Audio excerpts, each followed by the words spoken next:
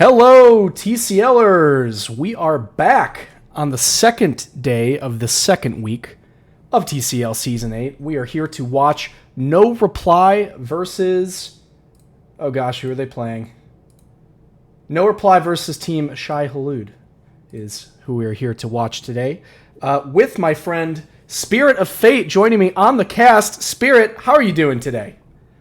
Wonderful, Abarn. Pleasure as always. Hi, everybody. Pleasure as always.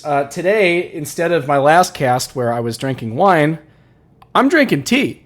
So if you like the stupid antics, I'm sorry, this is going to be a lot more boring. If you like good analysis, I think you might actually get something tonight. So really happy to be here as always as the commissioner of the league. It was my birthday yesterday.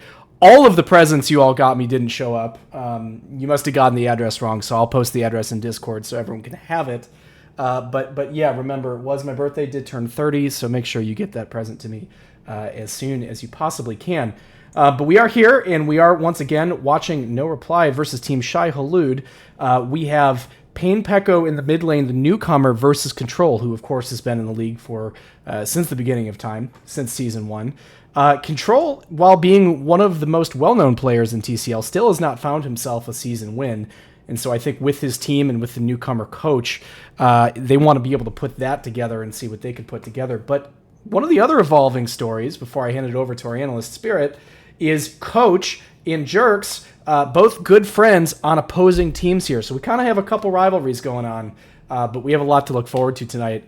What do you think that we're going to see tonight, Mr. Spirit?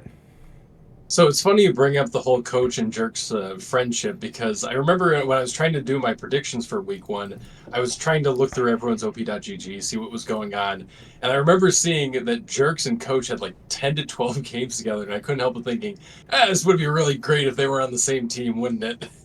But yeah, no, it's going to be very interesting, because obviously, as you mentioned, Control has very long and storied history with the league. It's very rare to say that like Control ever feeds or runs it down or anything like that in his games, but traditionally he's somewhat more like Sandy Snake and other mid laners like that, and taking the more reserved approach. He's not going to generally be the one proactively going around making plays like I'll take mid, for example, or yours truly. No, he's not, and I think it is relevant to bring that up. I think that I will say it depends who he plays. He's got very different styles. Like his Akali is actually pretty strong, and I've had all kinds of trouble with it. Certainly not a huge fan of that. Hold on, I gotta switch the overlay. There we go. I'm not a huge fan of that, but then like I remember I played a game against him last season, I think, where he was on Talia, I was on Orianna. Like I farmed like 11 CS a minute and went and killed his bot lane, and he just did nothing all game. So it's like you never know what you're gonna get from Control, and I think literally that's what it comes down to. Where I'm going with that, though, is that what I'm very excited about and what I'd like to see in his first game or his first series was the fact that he has Coach, he has King Clover, who has been a standout support thus far in the bot lane. And I think that the two of them can help to sort of provide that early aggression and early playmaking that a lot of his prior teams have lacked. What's going to be interesting, though, is Coach has already made quite a reputation for himself in the league. Very big personality, very opinionated about how the game should be played, and he really took Black Hole to task last week in terms of going around and really running rings around him, at least initially. So he made him his biatch, is what you're trying to say. But he has a bit more of a challenge this week, in theory, in Spurg, who is, I believe, at this point, the winningest jungler and one of the winningest players in TCL history. Hold on, I'm being called out. I just need Rudy to see. There we go. Back-to-back World War II champs. There we go. Or just World War champs. The same thing. I knew Rudy in particular would like that one. Sorry, you were actually analyzing. My apologies. Oh, sure. But my big point here is that it's going to be. I think that this game is a big test game to see, do Coach and Clover hold up against a more seasoned or higher mechanical skill opponent? Because if they do, then they're, in my opinion, front runners to be real contenders this season. Clover is a very good support. He is very impressive. If I was given it to, I'd say King Clover actually has the lead over Bush League if I had to. Both of these bot lanes have the potential to be electric. Yeah, no, I don't think that the bot lane you're going to see a huge disparity in skill. I think though that it's just going to be who can execute on their macro movements around the map, who can get those early advantages, and then how they are able to leverage those. I think they looked fantastic last week, game 1 against Yapapotami. But I'm just interested to see how they hold up against a team that they can't just roll over mechanically, in theory at least. Maybe they do roll over them. That'll be fun. On the side of no reply, though, I think that this is a team that has a lot of just general talent in every role.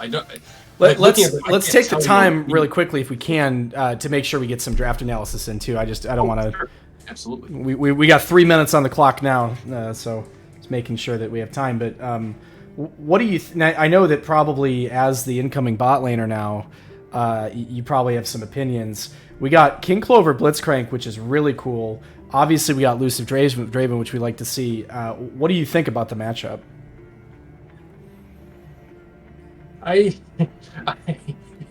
think that the picking Jerks made Draven look okay into Caitlyn last week, but that's a real big... I said elusive on Jerks. I meant elusive on Draven. I meant Jerks on Draven.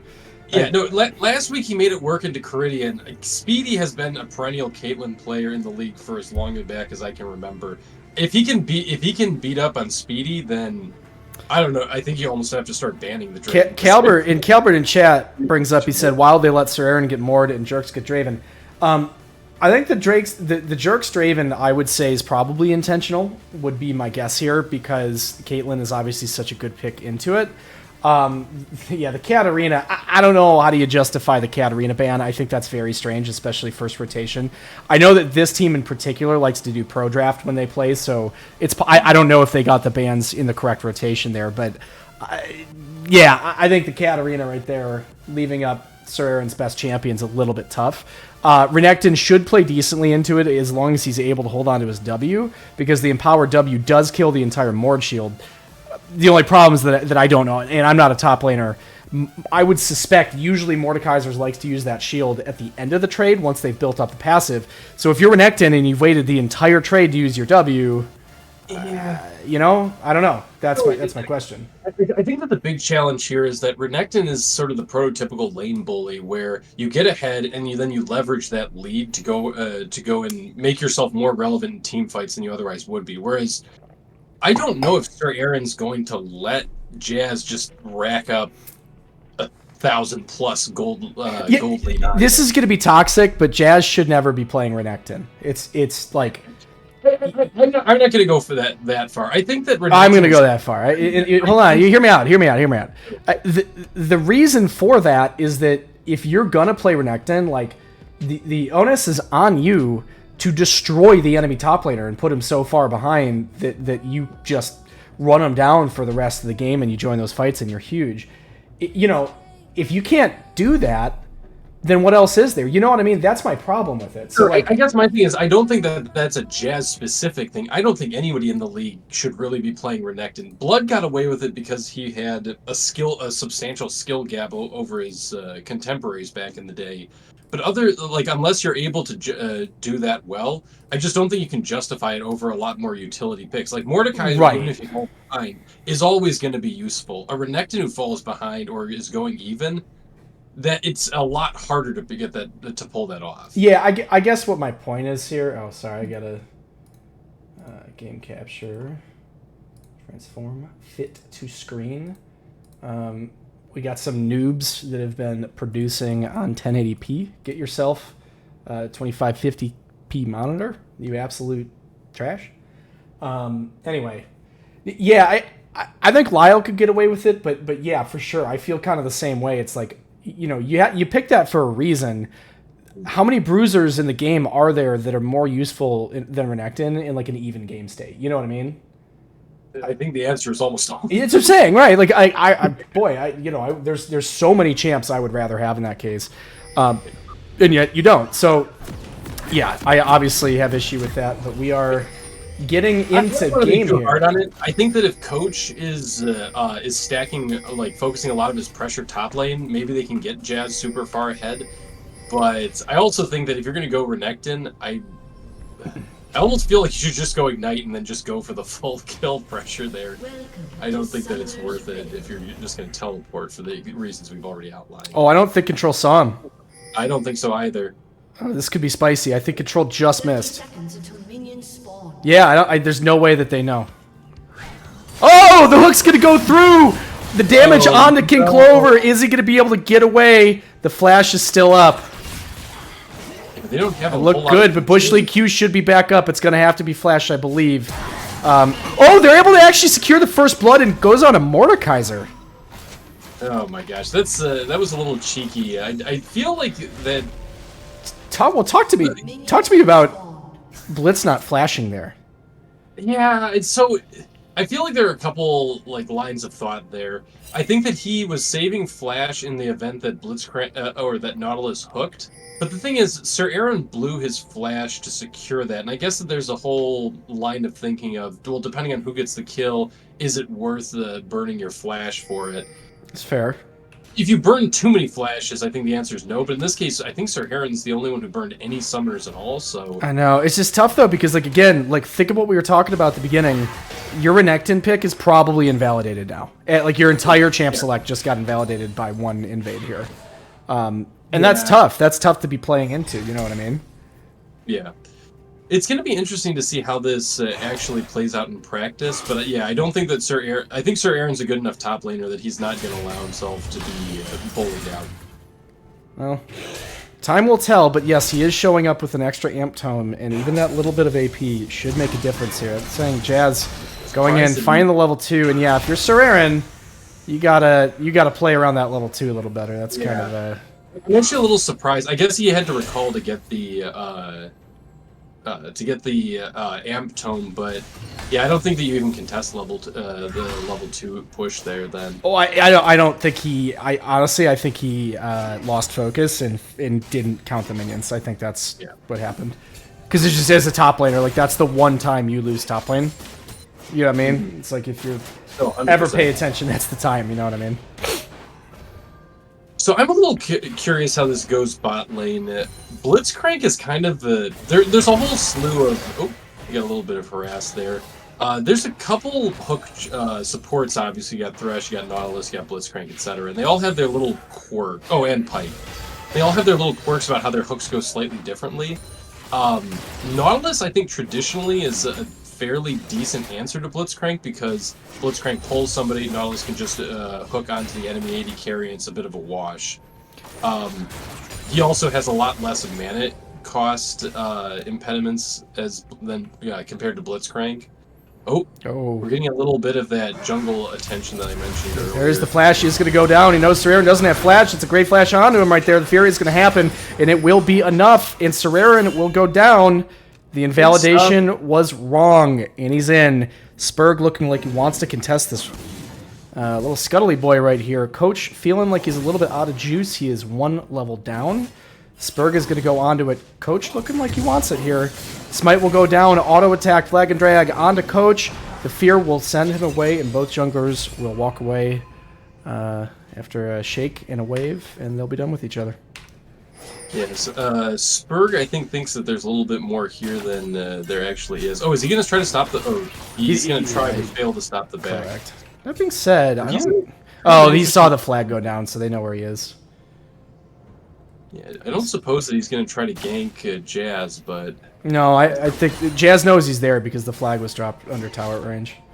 And if you're Control, right? Yeah, you see right now Control's hugging the spot side right now. That's why. You know, he knows where Jarvan has to be coming from. Am I seeing the same visual bug of Syndra's balls just off in, like, no man's land, or is that just... Yeah, you are... Yeah, what are we watching? What is this? This is Riot Games. It's every patch there's something new. I love it. Wow, this is actually insanely distracting.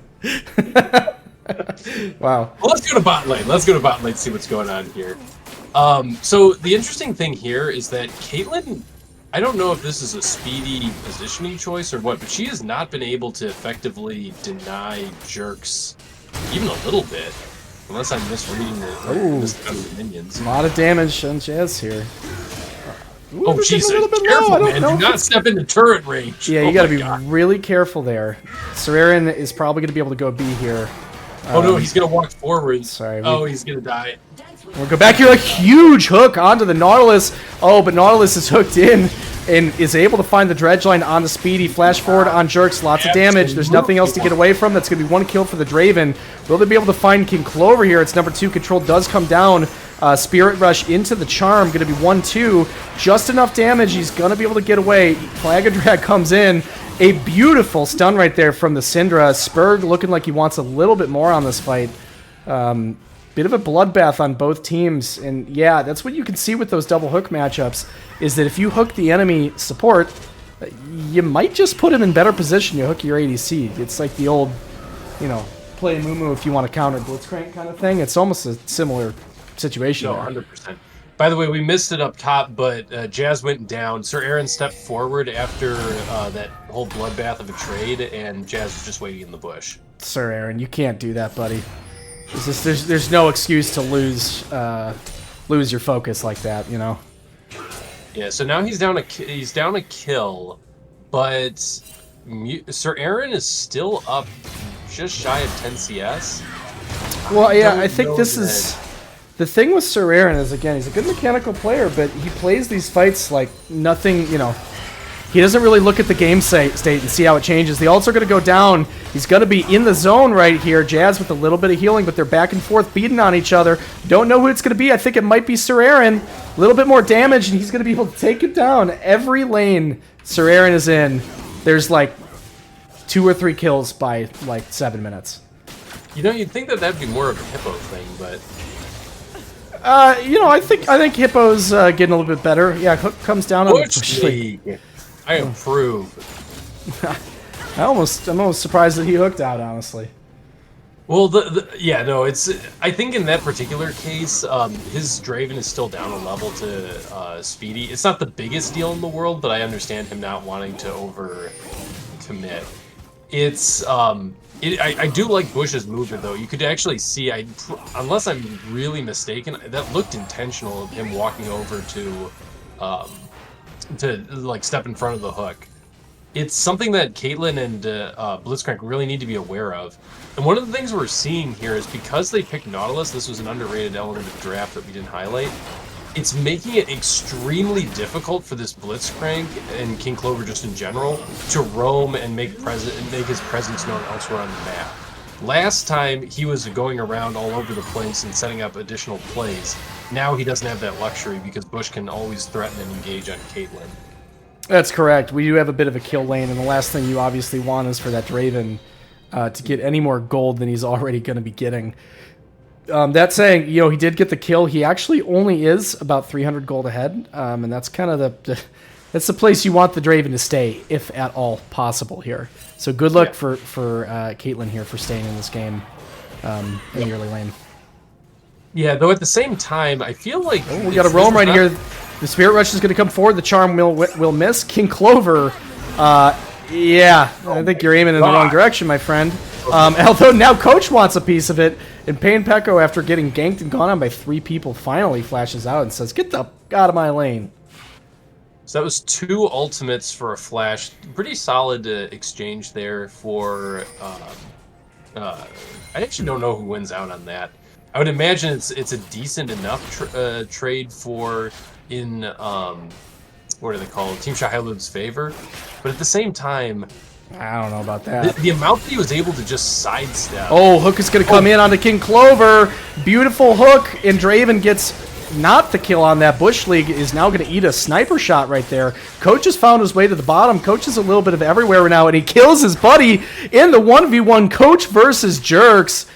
Coach walks out of that and says, "Buddy, I brought you into this league, and I'll take you out of it, mother." Absolutely. I think that play by the no reply bot lane would have been very good. It would have been actually, I would argue, worth it if they had been able to get the kill donated properly over to Draven. As it stands, The gold lead has actually completely... oh, right here, the Cataclysm onto Speedy Bandito, and he's going to try for a flag and drag, potentially. Yeah, he's going to go on it, but he doesn't realize two people have shown up. Spur going way forward, looking on Kaisa versus Kazik. In Spurg style, is able to flash out right there.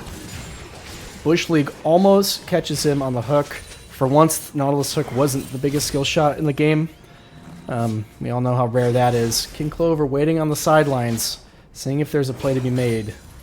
Coach hanging out. Coach, great job being in the right place at the right time. He's shown that a couple times this game, and he is here to protect his small little boy AD carry. Yeah, and that's very, very important. We got another ult. Ult's on right there. Jazz able to also ult on his side. Jazz, I don't think there's any fighting to be done here. Jazz, you're just going to die, baby. What are you... Jazz! So, that's what I mean. These top laners, they don't like look at the current state of the game and assume, what should I be doing right now? They're just like, fight, go. Enemy, character, hit him.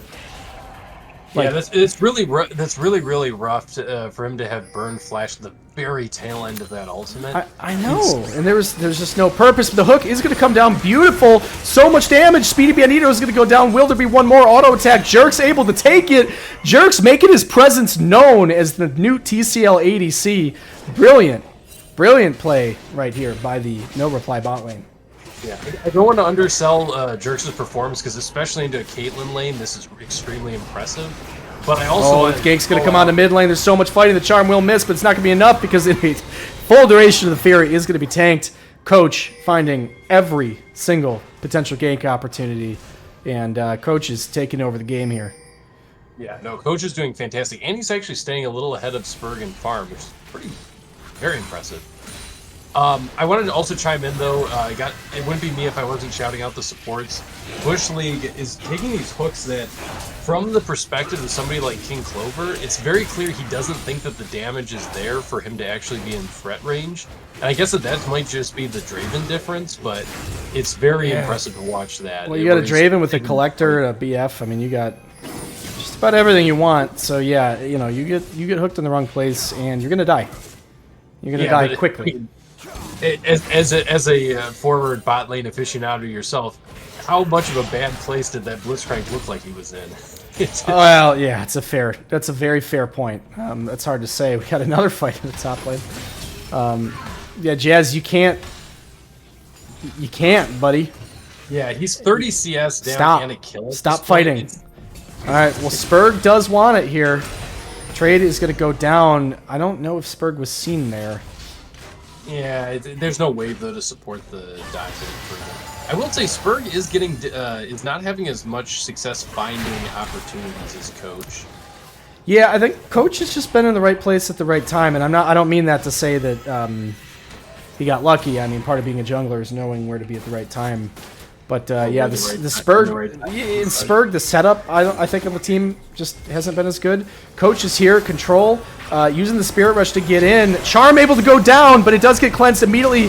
But there will be enough damage right there. Coach goes in with the ultimate, and yeah, the Caitlyn ult didn't even have to make a difference right there because Coach is just going to pick himself up another kill. And they're going to start the Dragon immediately. Speedy Bandito on the bot side, not in a great position to join his team here. Blitz able to go down, finds the hook right here. A lot of damage coming in from Speedy.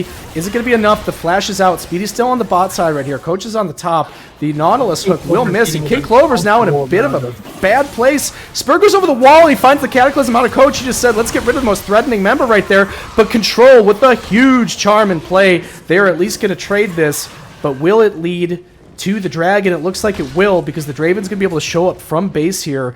It will be started, but the jungler is down. Both junglers are down. That was a one-for-one trade.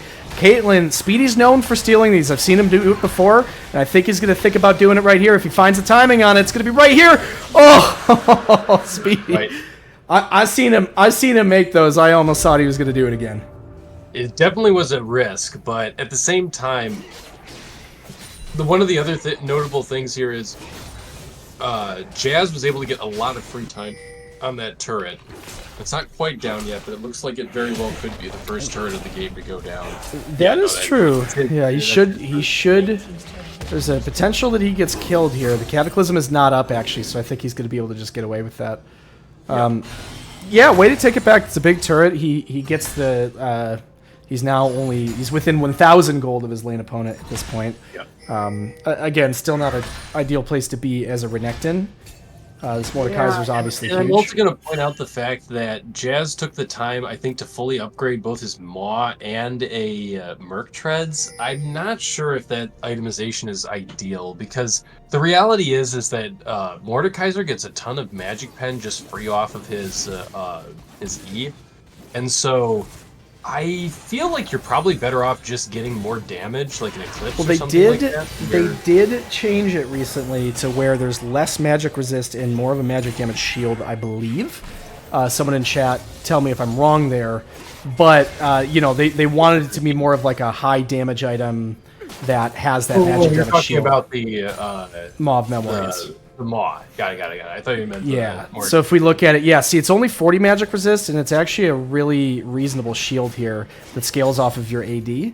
Gotcha. And so, I think because of that right there, it's actually a decent pick. It's an AD item. It gives you a little bit of magic resist, but really what it does is it gives you that big magic damage shield for the end of those fights. The only thing to consider, which I think is relevant, is it does preclude you from buying a Sterix gauge later. So... obviously that's relevant too. You got to really believe in magic being the thing that you're trying to mitigate here. But King Clover finding Spurg a little bit caught out. All of the damage is going to go on to him. The Caitlyn ult will play, but he's going to go down for it and controls in the middle of a bunch of people, but is able to Spirit Rush back out. Speedy flashes forward, finds the damage onto Jerk. So much damage from Speedy Bandito. Lots of damage. There is going to be a return kill. Control flashes over the charm, or rather he flashes over the Cinder QE, but then he misses the charm. Unfortunately, and Control, unfortunately, we've seen a lot of missed charms from him this game. And that's tough to watch. The real question is it a missed charm by Control, or is it a dodge by Pekko? Because he also seems to be having this fancy feat. Yeah, he's good, but we've seen a lot of missed charm. I mean, things that like Control just missed, put it in the wrong location. You probably could have said it was either on that one, although I don't know that anyone saw that coming with the flash over the Syndra ball plus what's the E? I think it's Expanding Force. Oh, well, that'd be different for me. King Clover with the roam right here. Speaking of Expanding Force, I don't think that's what it is. I need to check on that for chat. Yeah, but well, that's what we got chat for. We don't got to do work. We're casters. But fair enough. Regardless, able to find it on the Blitzcrank right here, and they might actually lose a tower for this. Scatter the weak. Scatter the weak. Scatter the weak. Of course. I know what I'm talking about. Yes. All right, so we got a turret here for no reply. All right, that's a good meme in chat. Well, first we're gonna watch this Jazz. A little bit behind enemy lines, but I think Sir Aaron's just gonna take the farm. Yeah, that's probably a smart decision. Chat says, is it a miss or a good job? Answer, depends how much the commentators hate the players involved. That is so true in TCL, you don't even know. That was that. I think that was the smartest thing we've seen said in chat in like 5 seasons of TCL. Ever since Tranimal was here, because we know that he had the smartest things to say in chat. True. In any case, though, this is still an extremely close game. One dragon apiece, one turret apiece, 3 grubs apiece. Very, very even. There's 700, 800 gold difference in favor of no reply. I will say that from a scaling perspective, I would much rather be no reply, at least from the perspective of when I'm looking at top lane and mid lane. Ahri's nice, but she definitely, I think, peaks in the mid game as opposed to Syndra, who I don't know if she scales infinitely, but Ahri does and doesn't. I mean, the thing is like there's no scaling to be put on like a flash charm into the ADC at the end of the game. You know what I mean? That's true. Like that's the thing about Ahri is she's always going to be relevant because of that capability. She doesn't need, and honestly, I mean, she's always kind of capable of blowing people up. I don't know that really always changes. I will give Music a little credit here. We saw him take the Herald here, and he is going to be able to get a lot for this, even if they're going to be losing the dragon. It looks like the team has decided probably don't want to contest, but they're going to be able to get this turret here mid lane. Jazz getting gone on, and I think he misdone that. It's harder than you expect. Yeah. No. Yeah, he actually picked the wrong starting direction, which you can do for anyone who's never picked up a Herald. You pick the starting direction. I think Chaz messed that up. He's going to be able to get the ult onto it, but King Clover able to save his buddy by getting the hook onto it, and Coach goes in. He will get a kill, but he's going to go down for it pretty quickly. Control flashes in. Jazz flashes in. He's on the top of the fight. Pain Pecco has to flash over. This is a big fight right here. Jazz getting smoked by this Draven. That is a man Draven right there. So remember how we commented that Draven... Oh, sorry, the fight's still going on. We missed Sir Aaron just going beast mode. I feel like I got to go back on this. Because Sir Aaron does go in. Flashes right here on a Speedy Bandito. Finds him. Gets him into the middle of the ultimate ability. Completely destroys him. Now he wants to stay in this fight right here. And, wow, this is... How do you say? Clown Fiesta, right? Yeah, that's very true. And remember how I made the comment earlier about how I wasn't sure if the Maw was necessarily the best play there?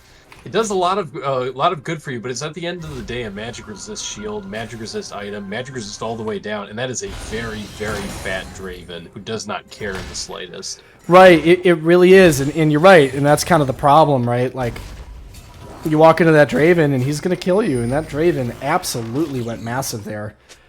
So much damage, even after taking a Caitlyn ult. No, absolutely.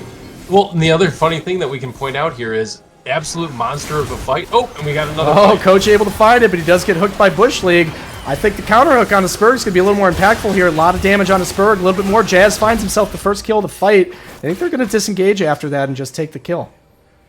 Good stuff, good stuff. And so they got the crab and the kill, so that brings the gold down now to 100 gold difference. We're having a good time here, folks. We love close TCL matches, and this is one of them. And interestingly, obviously, big lead in that ADC, but there's a lot of lead to be made up elsewhere, primarily in the mid and jungle.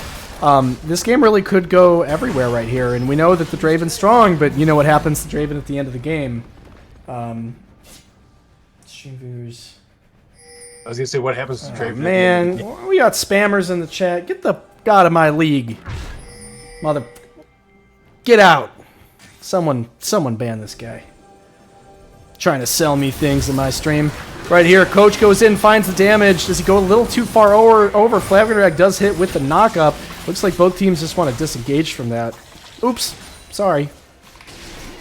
Didn't mean to bother you there, sirs. No, this has actually been a lot of fun watching the two hook supports kind of work their magic. I do want to call out the item choice. I believe we call them hookers. Ah, fair point. Yes. Fair point. However, I do want to call out the item choice. Oh, look at this Baron call off of the realization that it was the right play. They do have vision on it because Speedy did do the ace in the hole, but unfortunately, this was a huge misplay by Coach. Finding himself bot lane as the Baron's up with nothing to contest. Literally two people even on the top side. And yeah, if you're a jungler, you cannot be hanging around the bot side of the map. And they're just going to take a Baron and walk away. Clean play, very good decisive play calling from No Reply. And ironically, they now have no reply. Well, it's what you got to do. The moment you see that jungler's bot lane, you just go for it. You have to right here. Oh, lots of damage. Charm and the knockup. Going to go on a Spurg here. The Flagger Drag will be out. Will the Ignite be enough? I think it won't be. No. He gets out scot-free and wastes the Summoner spell too.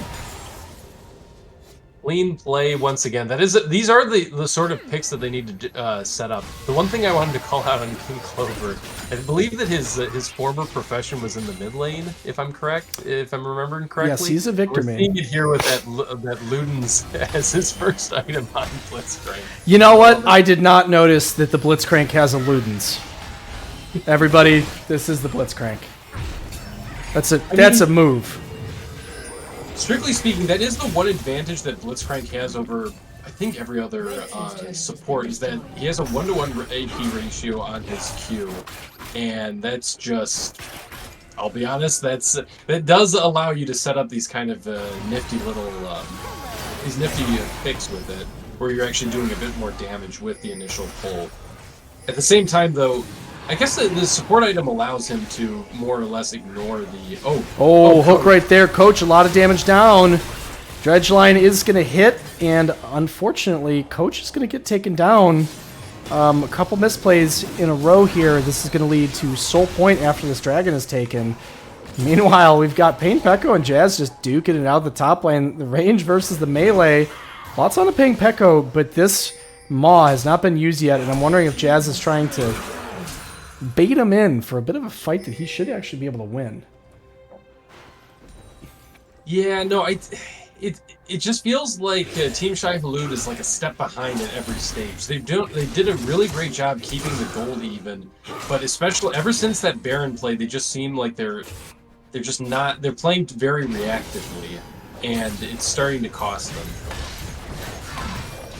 Yeah, now we're seeing mid turret go down. Just quick play here, quick play there, picking up these small advantages. It still is only, what is this, like a 2k gold difference? So it's nothing insurmountable by any stretch. But every little bit makes this Draven, this Mordekaiser, this Syndra that much scarier. And I think, like I said previously, control is really, really good. His Ahri is 404 at the moment. Ironically, not found?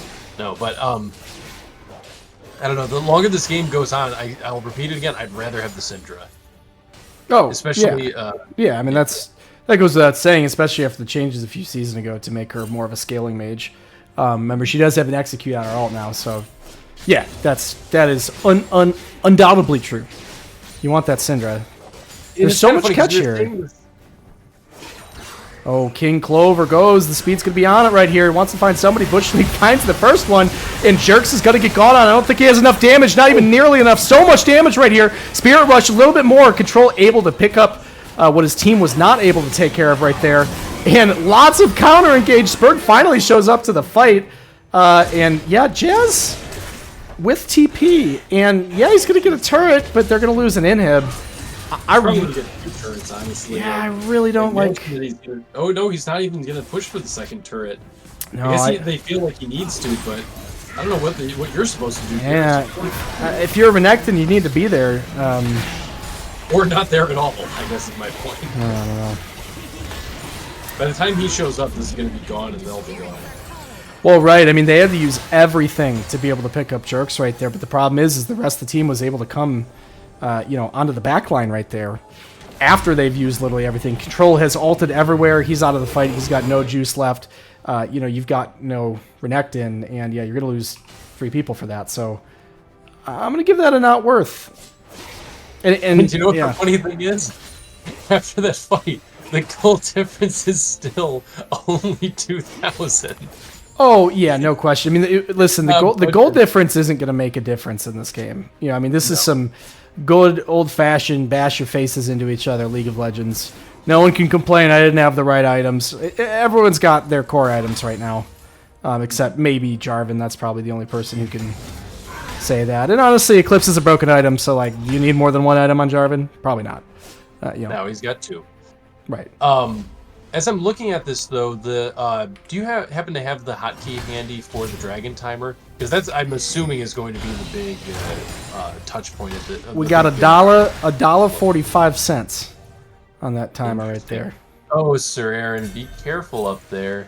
Well, honestly, he is 6 levels above the Blitzcrank. So if the Blitzcrank hooks him, I think that's like a call an ambulance for you kind of thing. True, but I feel like getting a pick on Sir Aaron, if it's possible, would be the best avenue back into the game. Well, Sir Aaron right now is at a point in the game where he is level 16, 3 levels over the ADC, 6 levels over the support. Like, if there's something to be done, it's kind of got to be now, because the moment everyone starts getting to level 18, they start kind of capping out. He's not going to have that level of strength, but Sir Aaron is huge, and he found the fights early. You kind of got to make yourself known at this point.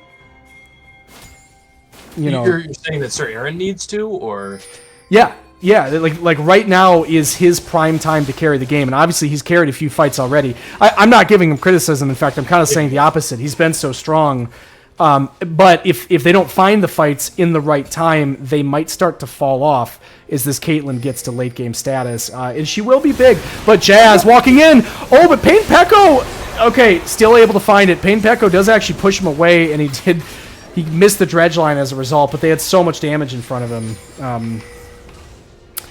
Yeah, I don't know, man. I think the Renekton's looking a little lost this game. Unfortunately, just the wrong place right there.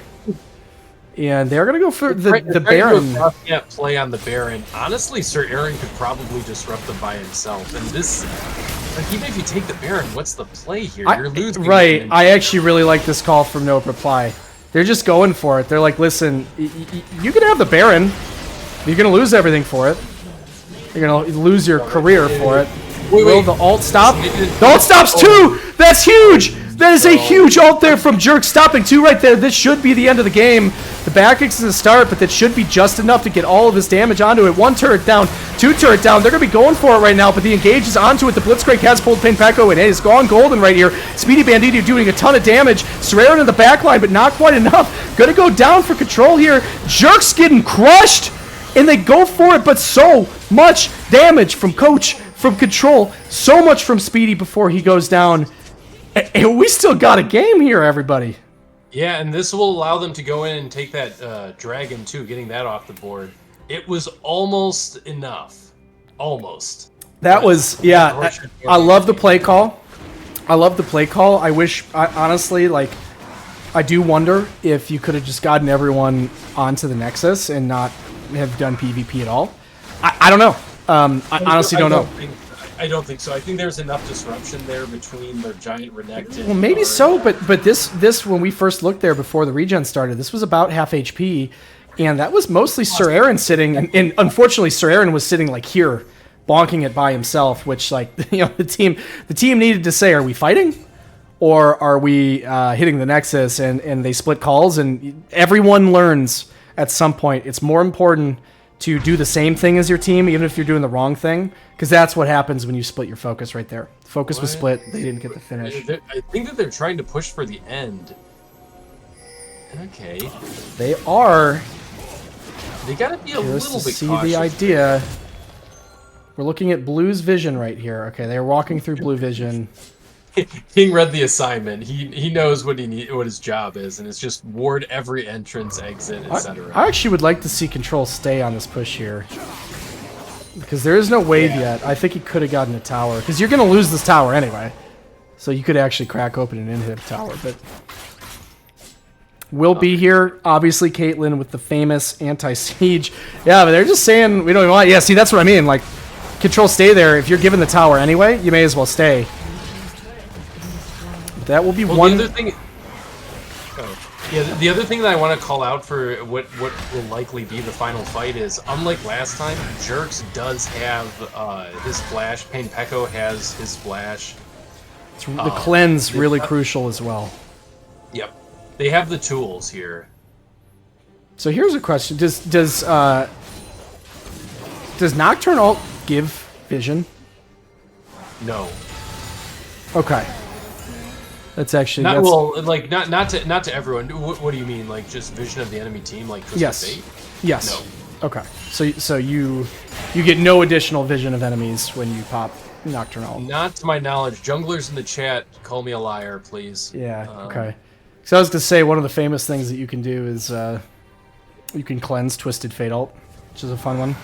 Wait, can you cleanse that? I knew you could QSS or Banshees it, but I didn't know you could. I thought you could cleanse it. Maybe cleanse is just CC now. Maybe I'm thinking of QSS. Oh, so much damage! Speedy's gonna get executed. He gets found with the stun there. This is gonna be the end of the game. There's nothing left to do there. Sir Aaron getting a lot of damage onto him. He's gonna be able to get an off right here. Ult off. He does onto Jazz Music. Probably the right person for him to ult. So much damage. The Cataclysm is down. Control trying to do everything from the background right here. Jazz is 1 versus 4, but it's just not gonna be quite enough. Jerk's doing so much damage on this, and they are kind of looking like they want to find Control before they go down there. And they do. And that, ladies and gentlemen, will be the end of the game. Fantastic gameplay there. Yeah, we love to see it.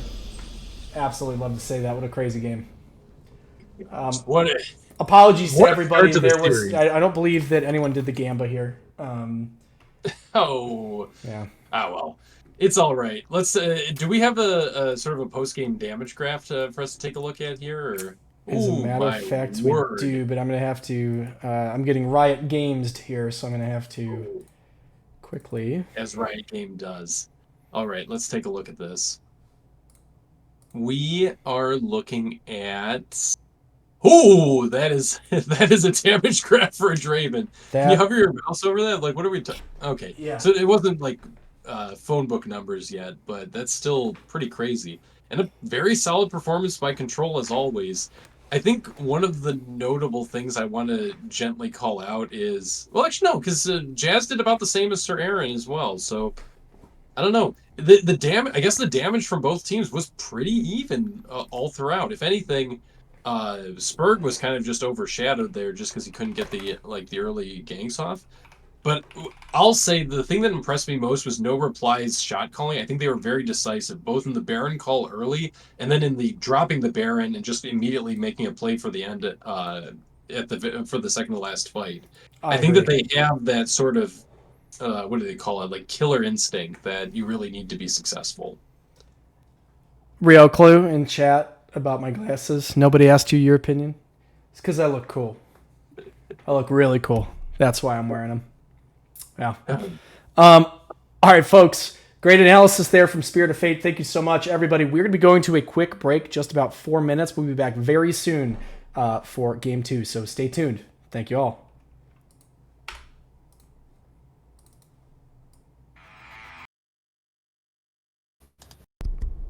Hello, TCL fans. We are back for Game 2 of this beautiful, bountiful giving series that God has bestowed upon our lands and ourselves to make sure that we have entertainment here on this Monday night.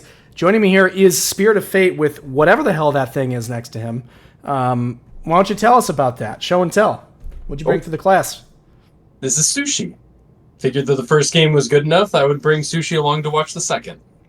Who is Sushi? Sushi is it's a sushi. Cat sushi. Sushi cat. Whatever you want to call it. I know what a sushi looks like, and that's not what a sushi looks like. Balls. Sushi is the fish that I eat. It is delicious. It is fantastic.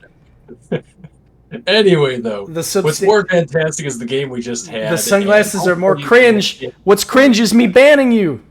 Ban! Get out of here! Just kidding. Just kidding. This is a democracy. This is free speech allowed here. This has never been a democracy. This is the first time. That's true. No, the thing is, I know I look great, so there's nothing that anyone in chat can say that can hurt me. You know what I mean? No, that's exactly. You live your dream. I do. In any case. Okay, that was a good one. Wait, I got to highlight this one for the people watching the YouTube afterwards who don't get to see Twitch chat. Arcat says, Abarn got to wear the sunglasses because he's not used to seeing the Summoner's Rift in color. That's hype. That's good shit talk. Let's get Arcats in TCL. Why isn't Arcats here? We need that energy. Yeah. Oh, yeah. That's good. That's good. Anyway, so we are back for Game 2 here. And we saw actually one of the more even games getting to the mid and the late game that we've seen in TCL in quite a long time, honestly. Yeah. Yeah, it was really nice, but obviously the Draven was absolutely massive. Jerks, once again, we love the Jerks Coach matchup. Coach looked really good, and then he made a couple bonehead plays towards the end of that game, especially being Baron, being bot lane during that Baron, walking into Dragon and getting hooked and getting killed. No, I think that it's really when you have really good teams playing against each other, it's less in my mind that you make really obvious mistakes and more that the other team just spots the small ones and capitalizes. Because candidly speaking, a lot of teams would see Coach Bot and they would be like, "Oh, okay, watch yourself, Payne or whoever's bot matching it." Instead, No Reply immediately barons, and that's and like I was saying at the end, that's the sort of very cutthroat, very killer instinct play that you need to do to be successful. Well, yes and no, but I mean, listen, I'll give the benefit when it's due, and I'll call it out when it's due. But again, when you don't see the enemy team and you're a jungler and you don't have anything like resembling vision around the Baron, you don't go bot side, right? Like that is one of the rules they teach you in jungling. And for someone like Coach who has been up to Masters tier, to me, it's either just a loss of focus or a disrespect. And it's one of those things where I think we're always and always have been in TCL more willing to call out the high level players for their mistakes than the low level players, right? If a new gold jungler made that mistake, I'd say, hey, listen, they don't know. But yeah, that's something I expect there. And unfortunately, while he played so well during that early game, it's like playing chess, right? You got to keep your focus through the entire game, and those that will focus longer are the ones that are going to take home the win, and that's what we saw right there from NR. So, no, 100%. And I also want to say that as I look towards game 2, one area where I think that TSH can very easily potentially short things up is in top lane and in the pick and ban. I think I was seeing Calbert in the chat making this comment. I 100% agree.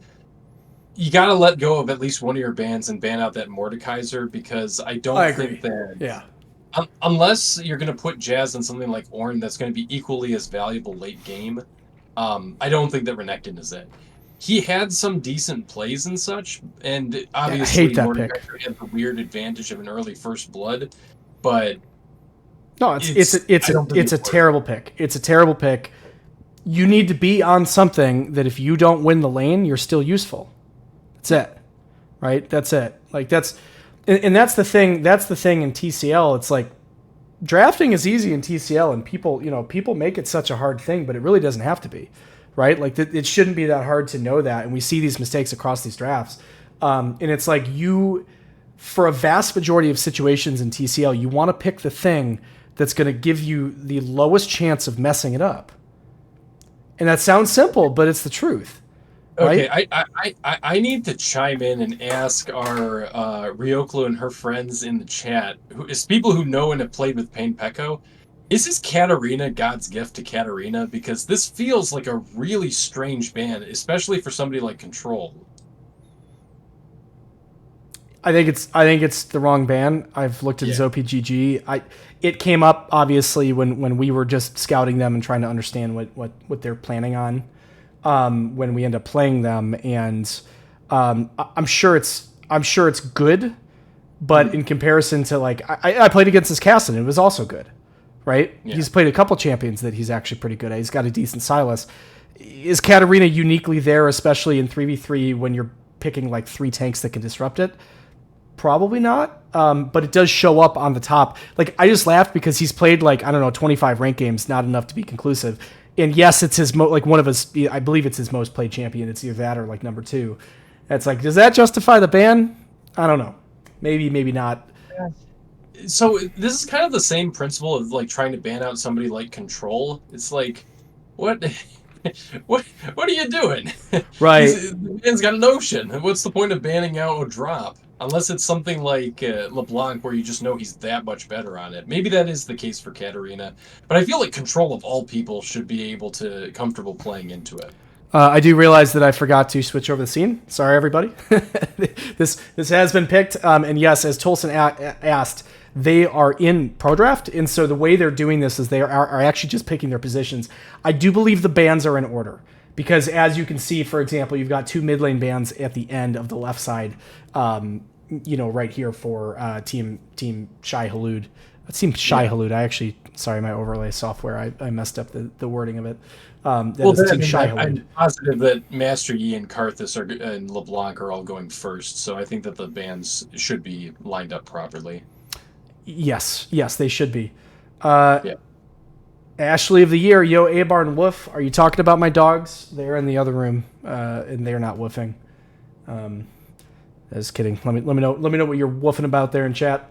But so this obviously was not the actual pick order. It is just what they ended up with in position order in terms of Pro Draft. We're going to be starting the delay here. We've got 3 minutes. I believe Calbert wanted to join. I will not be leaving him here for the entire game, but if we can, Mr. Calbert, if we can find you, would be happy to pull you into for a little bit of draft analysis before we go live. He is here. Cal, what's going on? Hey, Barn, how's it going, man? Hey, life is good, man. How about you? How are the kiddos? Kiddos are great. They're both asleep right now, so figured I'd hop on and do my duty and just talk some crap here. All right, talk some crap. Who sucks the most between both teams? I think music takes the cake for the worst performance in game 1. Just watching him just give away his lead was painful. It's like, what do you do? Why are you doing this? Right? Like dying to, Mord passive, what, it was twice in a row. It's like, dude, come on. Right? Like, I thought his Renekton was supposed to be, clean, but I've been wrong. Yeah, I didn't understand that because playing Renekton, you chose it into the Mordekaiser. You knew what you were getting into. You would presume to understand the damage that comes out in those trades, but it looked like he didn't. He stayed in the trades too long when his cooldowns were down, still auto-attacking, not able to make anything happen. And yeah, he gave away 2 deaths. So again, it's just... I'm not going to blame someone for having trouble, but I am going to say that maybe don't play Renekton if that's just a matchup you don't understand. I think that's probably not too much to ask for. Yeah, it just seemed weird because it's like, you go in, you do your damage as Renekton, and then normally you just get out, right? Like, you go in, you do a bunch of damage, you heal back a bunch, you leave, and it's impossible to deal with over a long period of time. But Music was just like, hey, I'm going to go in, I'm going to stay here. And it's like, Mord's just going to kill you. That's exactly what Mord wants, yeah. Yeah, that's what Mord wants. I thought Coach did a really good job. Spurg looked like a normal jungler that game. He didn't look like he did in his first series, and in his first series, he just looked like amazing. Well, Coach did great. Coach demolished the early game, but then I think he just took his foot off the pedal. Got caught a couple times. You probably on stream you heard me calling out the Baron. Yeah. Those were tough. Those were really, really tough to watch for someone who had such a commanding lead. So no matter what happens, you're going to have to find a way to keep the focus on if you're going to come back and win this game here. Yeah, and honestly, I think it's super disrespectful, like, banning Bush League's Leona. Like, his Leona is comparable to his Nautilus. I mean, it's... Why waste a ban? Ban the Draven, make him play Samira, make him play a traditional AD carry. He's... half of the ADC he is on one of those other champions. His Draven's clean. Like, why are you letting that through? 100%. And the Draven is going to get picked again, as we've seen. So, I don't know. Hopefully you feel like you have a way of countering it. The Jhin, certainly a way of doing it. We are in game here, so I'm going to let you go, Calbert. Thank you so much for joining, and maybe we'll see you for game 3. Sounds good. Good luck. Thank you. So I didn't want to cut you off there, but Cal, if you're still in the chat, what are your can you give your thoughts on the? We're in game, good sir. No, I understand. I'm saying in the Twitch chat. Oh, got it. If he can chime in his thoughts on the Tom Kenshin to Mordekaiser matchup, I'm curious because I know that he's a pretty prolific Kenchmeister. Well, interestingly, I do like to see Jazz really smart play taking this Mordekaiser. I think it's a great champion for him. It's something that obviously. Sir Aaron wants that, but Sir Aaron coming out with the Tom Kench, not something we see him play that often. He has a lot of other picks that will come before it. So yeah, curious to see what we think about that particular matchup if Galbert has time to comment on it. Other than that, I'll be honest. Have you ever seen Control play Vel'Koz? It's not a pick that I realized he had. Right. I think it's what you said. Control plays every champ in the game. I will say when Control starts losing, he starts trolling. That's well known. Like literally, that's the thing with Control. It's part of why he doesn't win very much in TCL. Although he did just find the geometry twice. So who am I? Who am I to talk after those two trigonometric outplays? Jerks with a lot of damage. Understanding that King Clover doesn't have the CC, they're going to turn on a Speedy right now with the axes. Bush League going to walk into it, the flash will come over. Flash from Speedy Bandito. That is a level 1 from the Draven, and you hate to have that happen to you if you are the opposing ADC.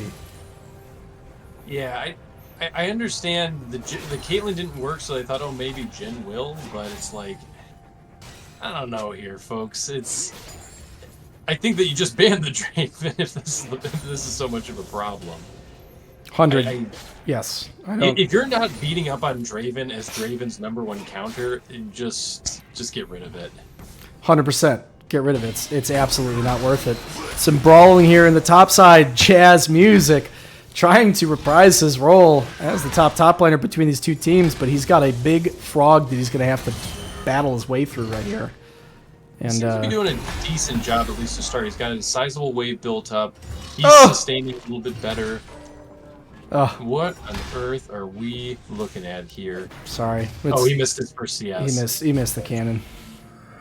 Oh, My cannon. the best one to miss. Cannon was missed. Jerks just bullying the heck out of Speedy Bandito right here on the Jhin. Almost unfair looking. Bush doing a great job with the positioning. Coach here, having started topside, is going to make his requisite gank towards the bot lane right here. But unfortunately, this is a great looking ward right here. The moment he looks forward, he is going to get seen. King Clover will have the Justice Punch forward. He doesn't have Justice Punch because he just turned level 3. Just gets it right there. Bush League is going to get hit by it. Will there be enough damage right here? Trundle able to find it. I thought that was the impossible gank, but they made it work. So I'll be completely honest. This is going to bring back old memories of prior ghosted TCL past. That feels like a case where they should have just let the wave push back. It's like you're not a Caitlyn. You don't have a ton of harass under turret potential. Right. Your jungler's top lane. Just let it push. There's no need for you to keep this shoved up. If anything, it's making it harder for Bush to make a play because there's no distance. Control flash out right there. Jump's gonna come through. Spurg was ready for the fight. Good flash from Control. Sometimes you got to flash at the very beginning because if you retain the health, you get to stay in lane. But if you're low health, you might run into some problems. So that was a good flash from Control right there. Yep, and then in the top lane, it looks like things have evened out to a certain extent. They're both same level. They're both, unless Jazz can't farm, they're going to have roughly the same CS here. It seems like it's going to even out a little bit. And candidly, like we were talking about last time, few top laners scale quite as well as Mordekaiser. So I think the longer this game goes on, or the more even it can be getting out of lane, the happier I think that. Well, and that actually wasn't always true because remember, Mordekaiser ult was Q accessible. These days, Mordekaiser ult is not Q accessible. That got changed. For those of you who are unaware of that, so you are locked in. You're locked into the Mord ult no matter what you do. And obviously, right now, Zanya is really being the best counter to that. Counterintuitive because it's an armor item, but the more that you can make sure he can't beat on you and get his passive on in the middle of that Mord ult, the more likely it is that you're going to live. So I'm not sure if this was the result of the Lilia and Bush League kind of going together and roaming as jungle and such, but it feels like the Trundle is down quite a bit of farm. Maybe my jungle counting is a little bit off, but he is. I will note he is still up gold. He is starting another clear, but yeah, because he prioritized that early gank, that's what we're going to see there. But he'll be able to catch up at least a tiny bit with the next couple camps. This is a really good work by Jerks to try to very slow push the wave and try to deny Jhin the opportunity for easy farm. It's hard enough to farm on Jhin as far as I'm concerned. Make things even harder in any way you can. 100%. Lilia right here taking some Grubuli, some Grubuluses, and it looks like the dragon. We're gonna see if Coach is gonna plan on trying to counter this by taking the dragon, or if he's just gonna go for the gank right there. They should know that he is coming, but the fight has started bot lane. King Clover goes in, but Jerks just does so much damage at this point, but he's not gonna have enough. One more would do it. Jerks does have the flash up, but he's just gonna go. Oh, Jerks! That was insane! Oh! No. I think that... Oh, clip it! Oh, man. I don't even know what you do differently there. It looked like everything was going... It was rolling heads for... He mind controlled because it looked like he was just inting. It looked like he was, like, trying to find the kill and just going to be a little silly. And he finds the pixel perfect flash over right here. But Pain Pekko from the mid lane coming in. One more piece of damage, but he's not going to get the reset. Coach lives, but then he goes down by the hand of his friend Jerks. Coach is going to go down. It's going to be 1-for-0 right here. Pain Pekko with the assist. Lots of damage, just a little bit more. The only problem right here is you're going to have a little bit of trouble scaling with these two crit marksmen. So this is a game you want to get ahead, you want to get fed, and you want to win the game early. True, and it's kind of funny.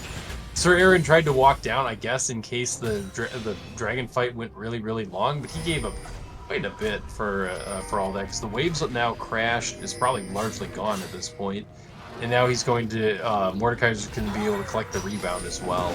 The best part, by the way, of playing someone in TCL's one trick is that when you see someone else play it, that person's gonna be in the Twitch chat, just calling out every mistake he saw him make. So Vrail's calling out right there that the Vel'Koz, as he calls a naked R, which it's the first time I've heard that terminology, but it kind of makes sense if you think about it.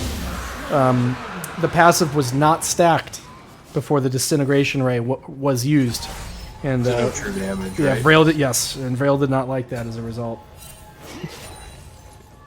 Well, I was wondering if has Cal chimed in about what's going on with the Tom Kench play? I know that's one of his boys. But... No, he hasn't. No, for once in his entire life, Cal has not spoken. So remember we were talking about the jungle camp diff for Lily and Trundle? That's getting larger as we go. It's gonna keep getting larger, but the Trundle is still up on gold. That's wild. Really, that one kill was enough? Well, it's first blood. I guess so. First blood does make a difference here. Alrighty, and then it looks like there is roughly even mid lane too, so the entire gap I'm imagining is going to be around bot lane. Yeah, well, these two players, the thing about the Tristana is that when played correctly, that jump, you should actually be able to pop the Vel'Koz E right under where the jump comes to if you've got some pretty decent reflexes. So that's kind of my expectation, is the both of them as a result. Pain Pekko's not going to jump in, because he's going to get blown up, but Vel'Koz obviously is not going to overextend it. I think the two of them are just going to farm this lane out. That's kind of my expectation. I would here. imagine that works to the Tristana's benefit, because Vel'Koz is another one where, if I remember correctly, and Braille, again, correct me in the chat, my understanding was always that his scaling wasn't insane, but he has really high base damage, which is why he functions so well as a support. I don't know. I would think that like a crit marksman who has the chance to free farm would enjoy that a lot more than somebody like Vel'Koz, but I might be. I think that's fair to assume, but see, there you go. He actually found it at the beginning of it right here. Control, so much damage. He's gonna use the ult as he's running away just to try to kick him out of lane.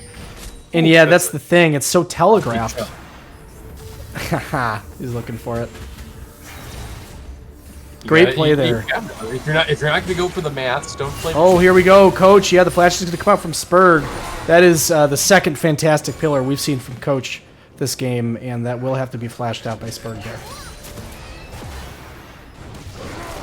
I'll tell you what, Control looking a little cleaner than I expected on a champion I never even thought he knew how to play.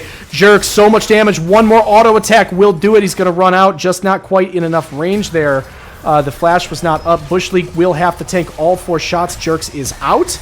A little bit more. It won't quite do, but Coach is on the back end. The ult's going to go down on the Jerks. Will he be able to find 2 here? Galio ult does come down, but will Galio die for it? It looks like he is. Spurg wants it. A little bit more damage, but Coach with so much damage and sustain on that Trundle. Speedy Bandito helping his buddy out, and that's going to be a great play there from our friends at Team Shai Halud.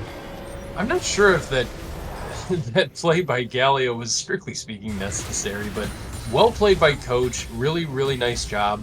The sleep, you just need a couple seconds more on more for the Lilia there, but really well played.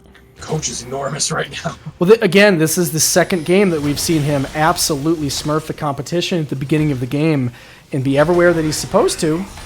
But I tell you what, we saw what happened last game, so this game he will prove whether he has the focus to keep on it right here. The Grubby are being taken, but we have a fight in the bot lane. The hook will go on to Speedy Bandito. Dredgeline flashes through. It will be enough. One more auto attack goes out. Oh, Jerks does not actually have aggro right here. Will King Clover be able to kill it? We will go back and watch what's going on with the Grubby. We do have to see right here what's going to happen between King Clover, and it looks like Jerks will be able to get out and might actually kite it out for the damage. And they're going to be able to find him right here. And let's go back and let's look at what happened here at the Grubs while all of that was taking place. Huge play by Jerks. And from his support, from taking care of him, making sure he's not going to die. Spurg there, another fantastic Trundle Pilter, and it's going to go down. The super light disintegrating ray does go onto Spurg. He's going to get one shot right here, and I believe there will be a little bit more. I thought we might have gotten one more fight if I was looking at it. Maybe I was wrong. Yeah, I think I was wrong. That is going to be what we received there. Great play from the bot lane right there of no reply. Pain Pekko getting gone on Coach is absolutely everywhere. He wants to catch him and buffer. That was an interesting flash. I'm not going to say it was a bad flash.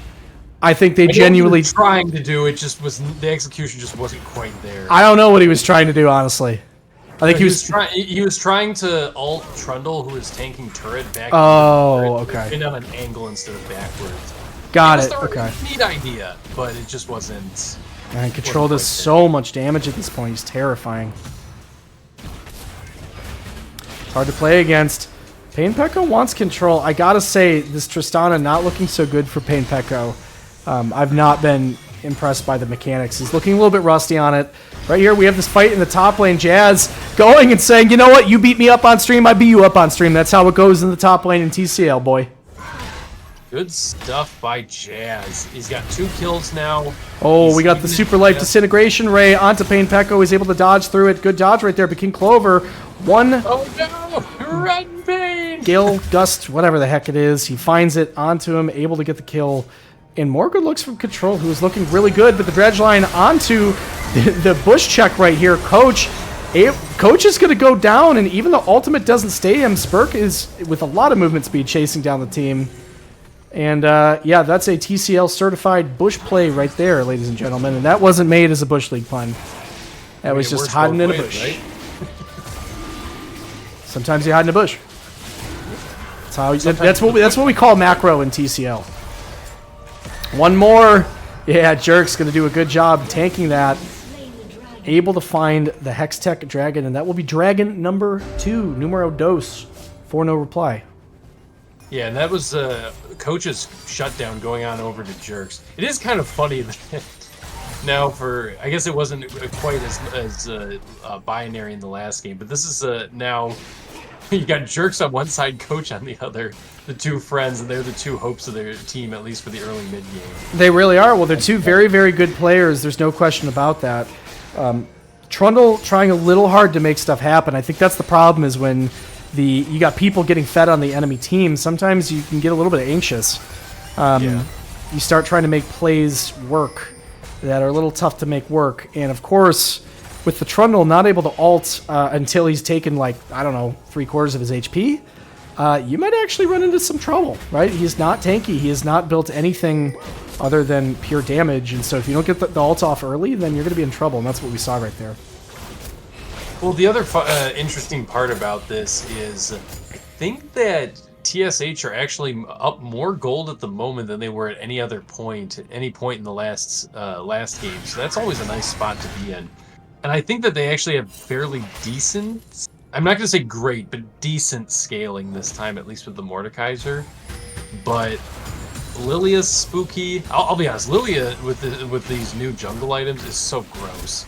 So I would really prefer to have a fed Lilia than a fed or a late game Lilia. Spurg hiding in the same bush. It's been twice. I don't think he has the backup to actually want to go for that though. I don't know. This ult's going to go down onto Coach. Coach does not get the ult off in time, but there's not enough damage right there. Clover going out a little bit more, is able to find it. I don't think Pain Pekko has the reset on the W. I don't think that was timed exactly correctly. Damage will go down, and King Clover will die for the sins of his friends. Oh, did Jazz teleport down here just now? He did or TP. Is that it coming off? He did TP. Unfortunately, there's no dragon coming up for another 2 minutes and 45 seconds. So that TP... Yeah, that's not ideal. How's math work? Yeah, that TP will be down for a little while when that dragon comes up.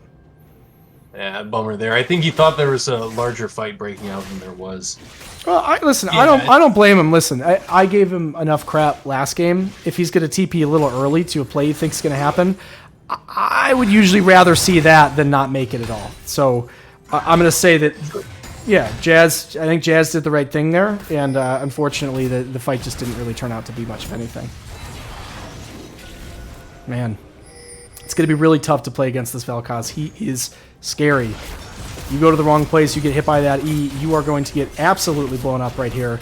The taunt will come down. King Clover, a little bit of CC here, come down from Speedy Bandito. Obviously, a whole lot of movement speed from Spurg. He's got nothing to worry about. He's just going to skip and scamper away like the little deer that he is. So, interesting observation here, and you, I think, have played Tristana mid before, so you can speak to this.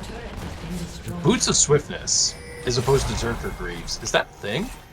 I guess into Vel'Koz, I understand specifically why. Yeah, I think that's it. I mean, personally, I think it could be a little bit trolling. Oh, the Dredge line going to go on a Speedy Bandito who's a little bit far forward. Jerks picks up his 6th kill of the game. He's going to stay in the fight. The TP is right here. That's going to be a Tristana joining the fight. There's going to be a lot of juice behind this one. Jerks want to stay on it right there. Spurg is in the back line right there. King Clover gets absolutely one shot. Coach still running away as the corpses of his team are presented in front of him. Control is on the side, and if he finds a little bit of damage, it is going to mean a lot. The disintegration ray is going to go on Spurg. Jerks is so forward. Jerks trying to kill his buddy, not realizing that there's an entire team that wants to kill him from behind. Coach doing a great job mind controlling. He mind controlled his friend under the turret right there, and unfortunately, that's going to be the first big mistake we've seen out of Jerks this game. And a big one it is, because he's going to give away a absolutely massive shutdown right there. Yeah. It's funny because I was thinking, I wonder if the gold lead is close at all. Well, it certainly didn't after that that kill. No, very, certainly very well not. done. Jazz was in the right place at the right time. God, look it at is kind of funny because back in the day, Mordekaiser was considered very much a jazz music champion. It's just kind of goofy that you take it from Sir Aaron, now you have it on Jazz, and both of them look great with it. Well, right. It's a strong champion. It fits the style of what they want to pick. I really enjoy it, and that's what I'm saying.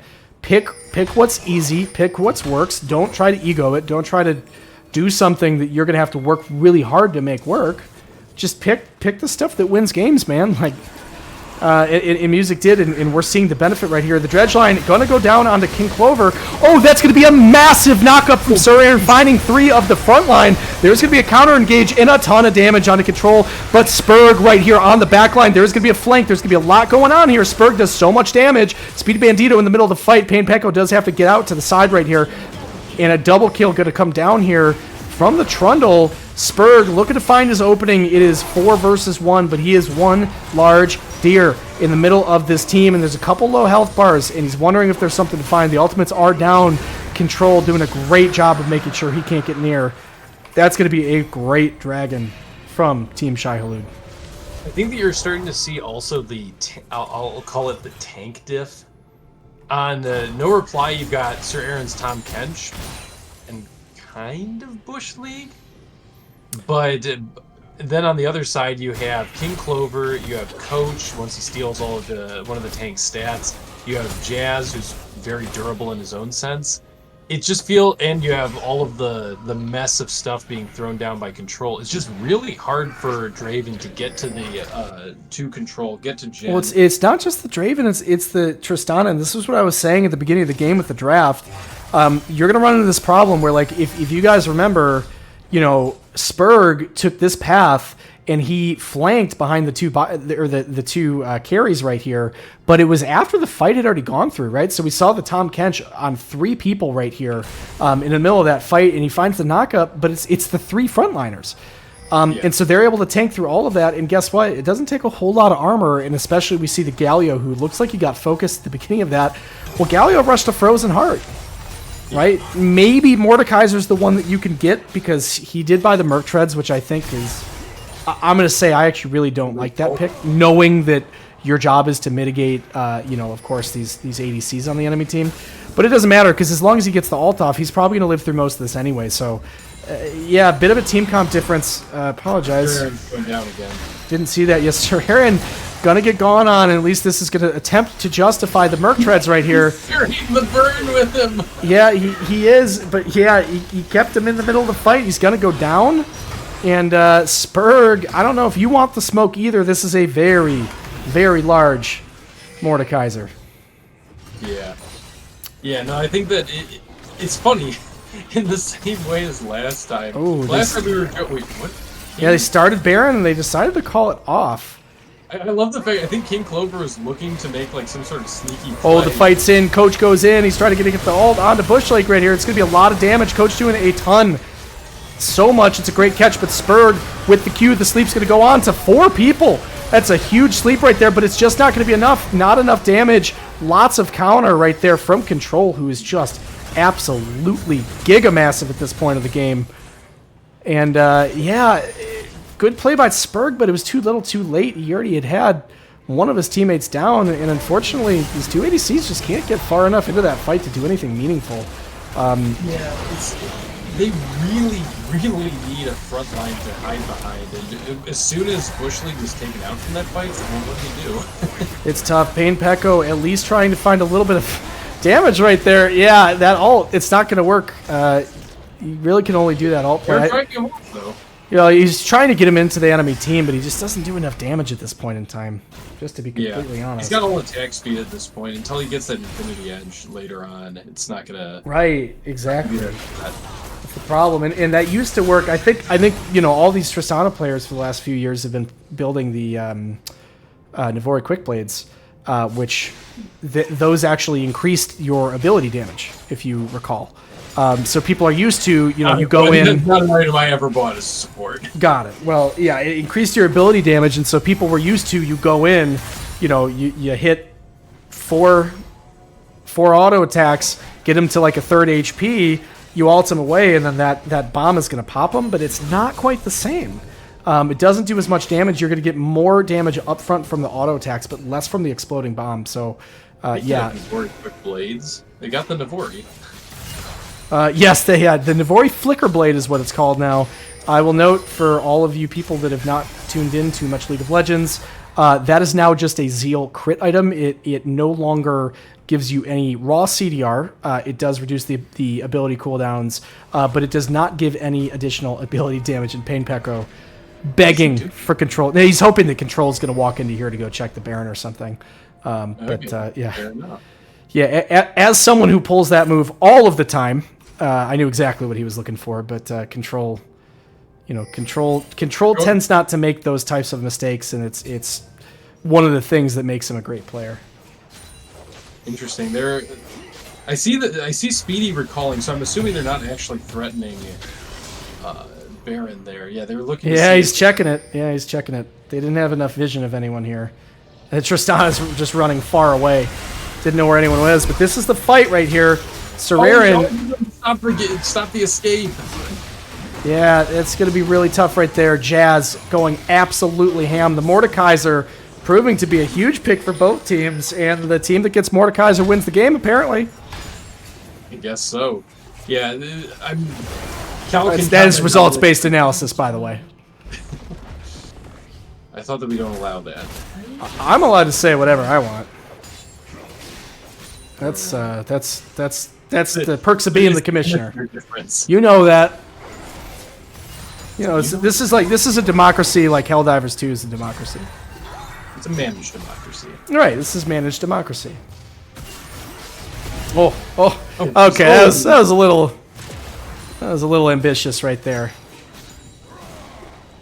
We'll note there is no lifesteal for the Draven, so he will probably at least have to go back or risk getting poked down again. But pull in the commission. Hey, Brad, I'm not sure if this is something that better AD carries than I do, but do you have any sense of, like... Flash gonna go in. Flash dredge line. It does hit. Speedy does have the flash to get out. Jerk's trying to get the DPS, but King Clover is huge with this Frozen Heart. A little bit more will do it, but it won't just be quite enough. Meanwhile, the TP does come in, and Jazz able to find so much damage with the 4th shot here. Sararin's just gonna jump out and say, yeah, I want none of that smoke. It's gonna be a 1-for-0. Right here for Team Shai Halud, and they should be looking for a push here. This should be 1 turret down, potentially another. Just walk forward. It's like 10 HP. They're scared. They're scared. Too scared. Yeah, no, it's It's kind of funny though, because you mentioned that they got the kill. It's like, yeah, but it was a Nautilus, and I'll be kind to Bush. He's making the plays, but he definitely is not worth like big shutdown gold.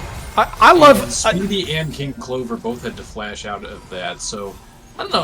I don't think that was an enormous that play had enormous implications. I guess is my point. Yes and no. I think the counterpoint to that is that this no reply team, as the game goes on, is going to scale inversely. 2 crit AC, like the moment that anyone on the opposing team remembers that Randu and Zoman exists, you know what I mean? Like there's nothing, there's going to be nothing to be done there. And so that's kind of my concern here. The moment that that's built and you got 2 crit ACs is really your only damage here. Lilia, I guess, is your damage, but he's got to get into the middle of the fight and do so much. And he's just not quite big enough. He hasn't even completed the second item by 27 minutes, which seems crazy, but it is the truth of where he sits on the gold graph here. Yeah, he's actually splitting his items. That's interesting. So he is going to get the Seeker's Arm Guard before he's going to finish the item. And unfortunately, yeah, he only has 1 completed item as a result. I kind of get it, though, because what he wants to really do is have that moment where he can flash Q ult and just knock out an enormous number of people. But, yeah, it's slowing everything down. That said, late-game Lilia is a fucking menace. Oh, pardon my French. You get 1. You get 1. It's like a PG-13 move. You get it, yeah. Right, that was where you chose to use it? Yeah. I know. Unfortunately. What a disaster. What a waste. Is that a real rule in PG-13 movies where you get 1? No, it's because people talk about that, but I don't know if that's like a meme or if that's like a real thing. I have no idea. That's beyond my expertise. Because like you'd love to be the scriptwriter and like the person they hire who's like, okay, we get to say it once. What's the most impactful one? What's the perfect place to say it, right? Interesting. I kind of love this, that they're managing to keep this one turret up for so long. This is, by the way, this is what happens in TCL. The 2 teams, they forget objectives exist. They just clear waves. No one wants to bother. And, you know, if right here, if I'm TSH, geez, English is hard. You're pushing in, you're getting rid of all these wards, which they're kind of doing here, but Galio's got to show up. Just start the Baron. Yep. Start the Baron. Well, that's what I'm thinking. Like they're so obsessed around this mid lane turret when that's not really the play here. But also, if you're obsessed around the mid lane turret, walk up and auto attack it. You know what I mean? Like, yeah, they're playing cautiously, and honestly, I somewhat disagree because, you were saying earlier, all it takes is one person getting Randu, and it's like, I don't know, like there are a lot of people in TCL who candidly troll their builds. I don't think that it's a given that somebody's going to itemize correctly into double crit 80 carries. And if they don't, then that's going to be quite a mess once it gets to late game. Yeah, I agree with that right here. King Clover finding himself a little far in, but we do know how tanky he is, and it's going to be hard for him to die to the crit ADCs. Yeah, Sereren is in. Sereren's actually taken a ton of damage. So much onto him. The Draven's going to go down too. Coach just drags him down. The Jhin from the backline hits a couple of those ult shots. So much damage. And yeah, I guess in TCL, you could just wait till the dragon comes up. There's no point in engaging. Peko not able to do anything. I think this one might be cooked or no reply. It's just a team comp. Inversely, I don't think that they have a reply to all of this. It's pretty clear that as soon as these fights break out, their lack of a consistent tank, what can they do? What can they do into it? Yeah, I completely agree with that. I completely 100% agree with that. Meanwhile, the Brawl top lane, Jazz did save the ult. He actually didn't have to use it right there. So he's going to be able to go on to this. Pain Peko looking for something, but the shield is going to come down, and he's so tanky. One more to go. He's able to jump over the wall. Pain Peko with one play to at least pull something back, but the Baron is going to be taken, and we're going to be watching Team Shai Halud try to take this lead, run it down, and turn it into a one game. Meanwhile, Pain Peko... Oh! Control! Control finds him! Yeah, control. Okay. Well, Oh no! all right. Well. All right. Yeah. All right. All right. I don't know what to say about that one. Yeah, I think maybe he thought he caught him going B, and in reality, I think Payne Pecco, he knew he was being chased. Yeah. He was looking for the play. Good look there. He's on the ward. Little bit more damage right there. The collector. Oh my God. He must have been at 6%. I mean, that collector almost took us down, and that would have been a nail in a coffin. I'd like to say right there. Yeah. So at this point, they do have the 3-item core for the Tristana. If there's coming back from it, this is what the condition would be. But Why is this Baron being wasted though? I do hate to watch this with TCL teams. You've gotten the Baron. You have just kind of jerked around for almost like, what, a minute and a half at this point. Let's see. Yeah, the Baron buff is half over, and you have not grouped your team up in any capacity. We are going to make it right here, though, and better late than never. As they say, the best time to plant a tree, second best time is yesterday.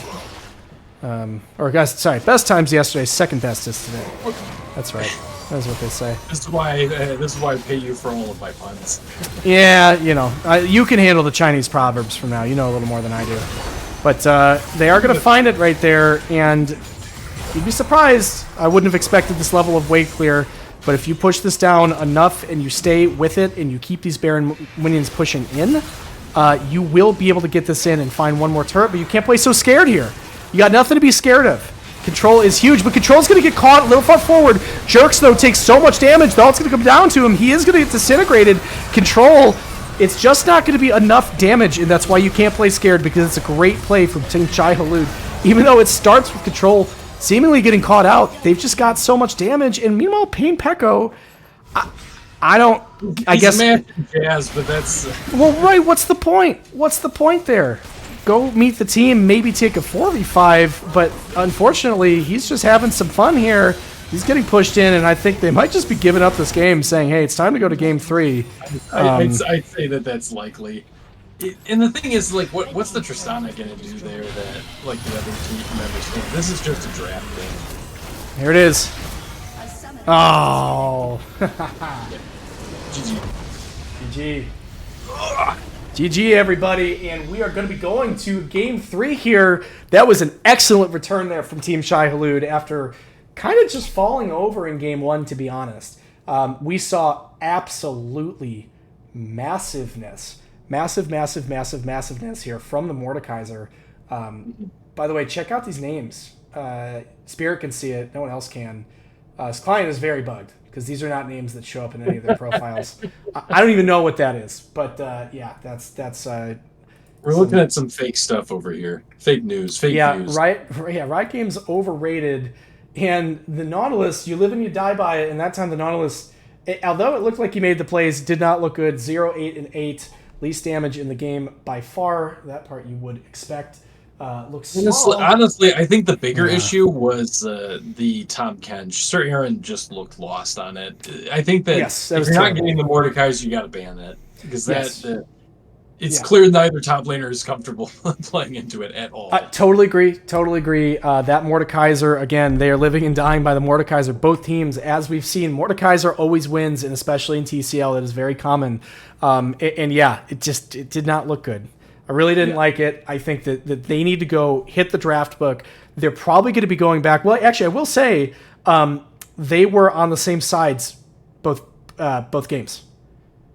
Really? Yeah, they were same side both times there. So I believe that Shai Halud had red side both games there. They had blue side both games. So in theory, they should have access to the Mordekaiser both times.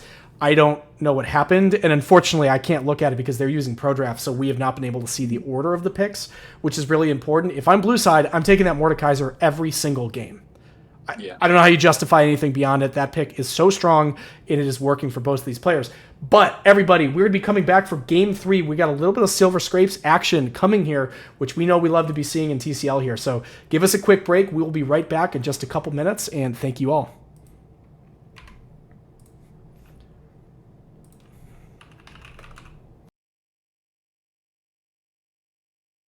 All right, folks, we are back for Game 3 of this incredible series. We got No Reply here versus Team Shai Halud. We're in lobby for this Game 3, and we saw a pretty even Game 1.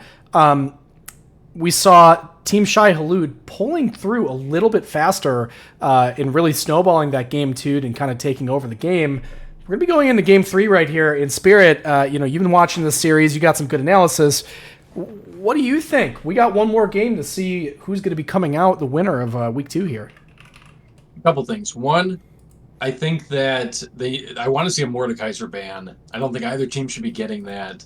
I think that if Mordekaiser makes it through draft, that's just a colossal mistake by whoever is red side. Two, I think Payne Pecco should stick to mages. He wasn't the problem per se. He wasn't the problem with last game, but there were so few opportunities for him to get in and make an impact on Tristana that I think it'd be better with some sort of more traditional mage champion. And three, coach is the real deal. I wasn't sure, looking at it thus far, whether it was just him diffing Black Hole specifically, but Spurg, like I said, very tenured player. He's obviously not running rings around him, but he is really showing that he knows where to be at the right time to make things happen, and been very impressed with that. I am looking at the pro draft right here.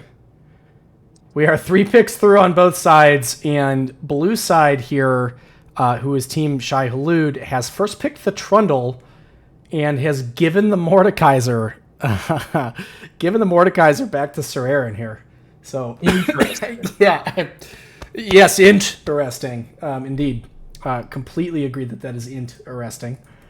I'm not going to say int in that regard. I think that they seem to have found a good strategy last game where it was get a good number of tanks and then grab the Trundle so it cuts out one of the tanks on the enemy team. I think that it's a fine strategy, and his clear coach knows how to play Trundle. I don't know if it's worth giving the Mordekaiser up for it, but we'll see. Yeah, I don't think so either. Again, you look at this, and it's clear to me. And listen, being on the field and watching from the bird's eye view is two different things. But sure. I don't know how you can look at those two games and say that Mordekaiser wasn't one of the biggest impacts you can have. And coach is just a good player. So from my perspective, he's going to be able to make it work. I understand why they wanted him on it, but also, was Spurg going to pick it? That's why I asked. Who's going to be picking the Trundle away from you? That's my question. So the Mordekaiser was up. You picked the Trundle that I don't know anyone on the enemy team was going to prioritize. You've given up Mordekaiser, which is Sir Aaron's best champion. One big. I'm just seeing the draft come in. One big difference: Draven's off the board. That is a big adjustment, which means that Katarina is available. It's not a chance. I don't think he's. Yeah. Well, actually, I know that he didn't play it because I'm looking at the draft now. That's what I'm saying. You would have never caught me in a trillion years banning that Katarina because he was never going to play it. He's never going to play. He was going to play something that was more team-oriented, especially in these TCL comps. So, that Draven could have gone both games. That was the right ban. But, yeah, we'll see it again. It's just you're also seeing the final drafts before I am.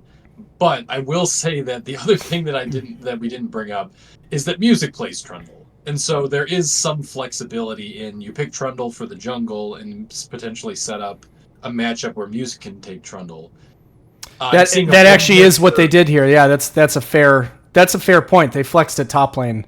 No, though okay, again. Well, it doesn't change my point. My top lane expertise, I don't want to say begins and ends with Teemo, but it definitely is more Teemo. This is I have such a problem. People in TCL, they love to do this thing where the people will ego these picks where it's again, Mordekaiser clearly has been the difference. And so what they'll do is they'll be like, no, I can take care of Mordekaiser. I'll pick a counter. It's okay, sure, maybe, right?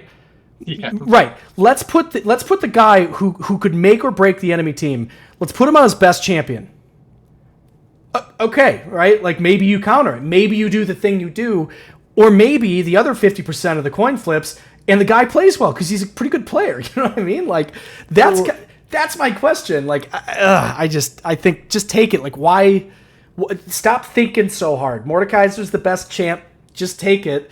The Trundle's going to be there. I do agree the Trundle could probably do decently about that. Obviously, they flex that top lane. That is Volibear from Coach. I actually really, really like that pick for Coach here. I think it goes absolutely huge. But I'm just saying, I think the team with the Mordekaiser wins. That's my prediction. And I will say, Zach, like, yeah, you can steal away his tankiness, but half the problem is the fact he heals like a monster. So I don't know. Like, steal his tank stats and he still picks up like a blob and he's healed all your damage anyway. But I don't know. 100%. We'll see how that pans out. And turns out, what happens if you take Jerks off of Draven? He picks up Caitlyn.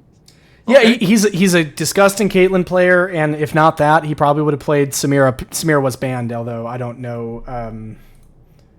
I guess he did. Yeah, he did pick Caitlyn second rotation, so Samira was banned. Obviously, he had a chance to pick it if he really wanted it in that first rotation. He did not choose it, and so obviously he's going to be on Caitlyn. If you don't mind me going off on a little tangent, you were mentioning like people egoing, thinking like, oh, I'll just pick the counter pick.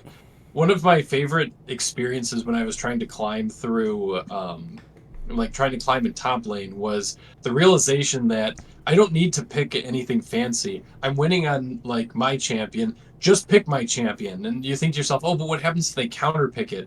It turns out half these people who are picking the counter pick have clearly never played the counter pick before, and they're just doing it because they saw online. They saw it's a counter. Yes. It's like, okay. Yes, So you pick Ryze into Teemo. It's like, that's fine, I guess. But it turns out that I'll still be perfectly functional, and you clearly haven't played Ryze in a hot second. So correct. Who really yes. There? No, I completely agree, and it's one of those things where it's like in TCL, there's so many times in a game where things can go wrong, right? And like, it just happens that in this ELO, it's the team that's going to make less mistakes that's going to be the one that wins. Almost always. It's not usually a big outplay in TCL. Like, it happens, the clips happen, we take them, but like, I've noticed in recent years, the games become less exciting, and if you make the games not exciting, not sexy, you just don't make mistakes, you make the right plays, you're at the right place at the right time, you win. Yeah. Right? That's all. Like, you don't have to do flashy stuff. You just do the right activities. And so it's like, from that, I have always been of the opinion, pick the thing that's just good. Remove the execution risk, right? Execution risk is one of the worst things you could put on your team when you were drafting for TCL, right? You give yourself a team comp that is tough to pilot and depends on a bunch of brain dead nerds who are absolutely terrible at this game, which is everybody in this league, me included. You're going to make a mistake, right? You're going to make mistakes, and the more opportunities you give your team to make mistakes as opposed to the enemy, who's going to win, right? It just is how it goes. And so that's been my problem with this so far. It's why I think the Mordekaiser is so strong. It is easy to play. You can't mess it up. And if one person gets way too fed on the enemy team, you take them out of the game. Yep. You know what I mean? If you get way too fed, you still take them out of the game. Yes. And keep them senseless. Right. No matter what you do, it's the same idea there. So, again, that is my feeling on the matter, and obviously it is a none of you people have ever seen me have a soft opinion in my life, and this won't be included here. But we are in game, and this is game 3 of the series, and someone is going to be leaving 2-0 this week, and it could be either team, because they're both 1-0 currently. Yeah, no, it's I'm curious. Are we going to see anything? Oh, they're going for the invade. There we go. Yeah, but it is going to be seen. Run, Pekka, run! All right. Yeah, it's not going to be quite enough to actually slow him down. And Hui can do that long-range stuff, but as it turns out, it just does a little bit of damage. Doesn't slow. For now, it does a little bit of damage. I'll be honest, Hui is a gross champion. I don't like that. I don't like that guy. I hate that Riot keeps releasing champions like Hui, and I still only get 5 bans. And by the way, the only reason that you can't add more champions, add more bans to the game, is because of ADC. Yeah. No, I could see it. Well, that and at least for like more casual play, it's like who gets the extra ban, unless you're just gonna have the first person do it. And we all know how that'll go in like blind rank games and such. Well, that's true. It's true. Yeah, it works nicely. It's funny because there's a difference, right? Like you could keep 5 bans in rank, but like for tournament draft, you could make it because it's always the top laner that does the banning. You know, I don't know, make it 3 and 3 at least. Give us 1 more ban. You know how much that 1 ban would make a difference? Yes. 2 more disgusting, should never have been released champions. Back when it was like Malphite, Jax, a Mumu, Annie, Anivia. We're just showing off our age here. Oh yeah, you asked me about all the kit changes way back in the game. Listen, I started playing in season 3, so I can't even be like the full old guy, right? You were there when Twisted Fate had a teleport on his E ability, so you know. No, that was actually a little after my time. You mean before your time? Yeah, whatever, you know what I meant. Yeah, that was like true beta. I guess if you started in season 1, then he wouldn't have had that. Yeah. I want to say that the first champion that came out when I started playing was Conwa, so that I can tell you that's how you can date me. Oh, and here comes Coach off. Coach finding it, sir, and getting a little far forward. Gonna get missed on the thunder thingy that comes down. Sir Aaron popping his shield a little bit earlier. It's gonna wear off. Jazz goes a little too far. You didn't have to go in that far, brother. Let Coach take care of business here. Coach. Flash. Oh. Coach doing what he does. Yeah, the flash is there. Good job on the pullback right here. Coach should be able to find something a little bit more. Come on, you have to flash there, buddy. He flashes, you have to flash. Yeah, I genuinely... I got nothing to say for that. That just sucked. I'm sorry. Like, no, he was playing. He was doing it well. I don't want to take that away from... He played it well, but this volley bear getting ahead or not getting ahead could make the difference. Right here, Dredgeline will come through. Elastic Slingshot over the wall. A great play by Spurg. Finding 2 right here. King Clover getting minion blocked. Playing on the trap. Oh. Yeah, well, he also got minion blocked to hell right there, so everything kind of went wrong for King Clover. And it's going to be a return kill here for our friends at No Reply. Yeah, so I guess they did have reply this time. I'm going to keep making these puns, so you're just going to have to put up with it. Yeah, well, the reason that they picked that was because apparently I've been told that... Oh, we got a gank coming in top lane. The repeat coming through. You know, we got the repeat, but the flash still there. But he's just going to die again. I mean, for that specific one, there's no flash. No, there's not. But, that's, well, I tell you what, the Trundle pick is going to look pretty valid once Sir Aaron has died for his 5th time, and he is, he's on his way. He is, he's on his way. Yes, but, jeez, oh Pete. Yeah, I can do puns too, brother. Maybe I will come to you for the puns. What the hell? So the only thing in music's favor is or not music. In Sir Aaron's favor is the fact that neither of those kills have gone to Trundle. Unfortunately, they've gone to Coach, and Coach has already proven he is more than capable of carrying. King Clover, is he able to find? Oh, he finds it on 2! That is huge from King Clover right there. Got to come down, shield will hit damage on. Jerk's able to get out of that. King Clover with the big play on Galio. Yeah, and Coach, again, is everywhere. He's already gotten the 2 ganks top, 1 gank bot. Well, that's the thing, is he understands that he can make these plays. He is down 3 camps on a Zac, but you know, if you're making plays and you're keeping your team in it, then that's the right play to make every time.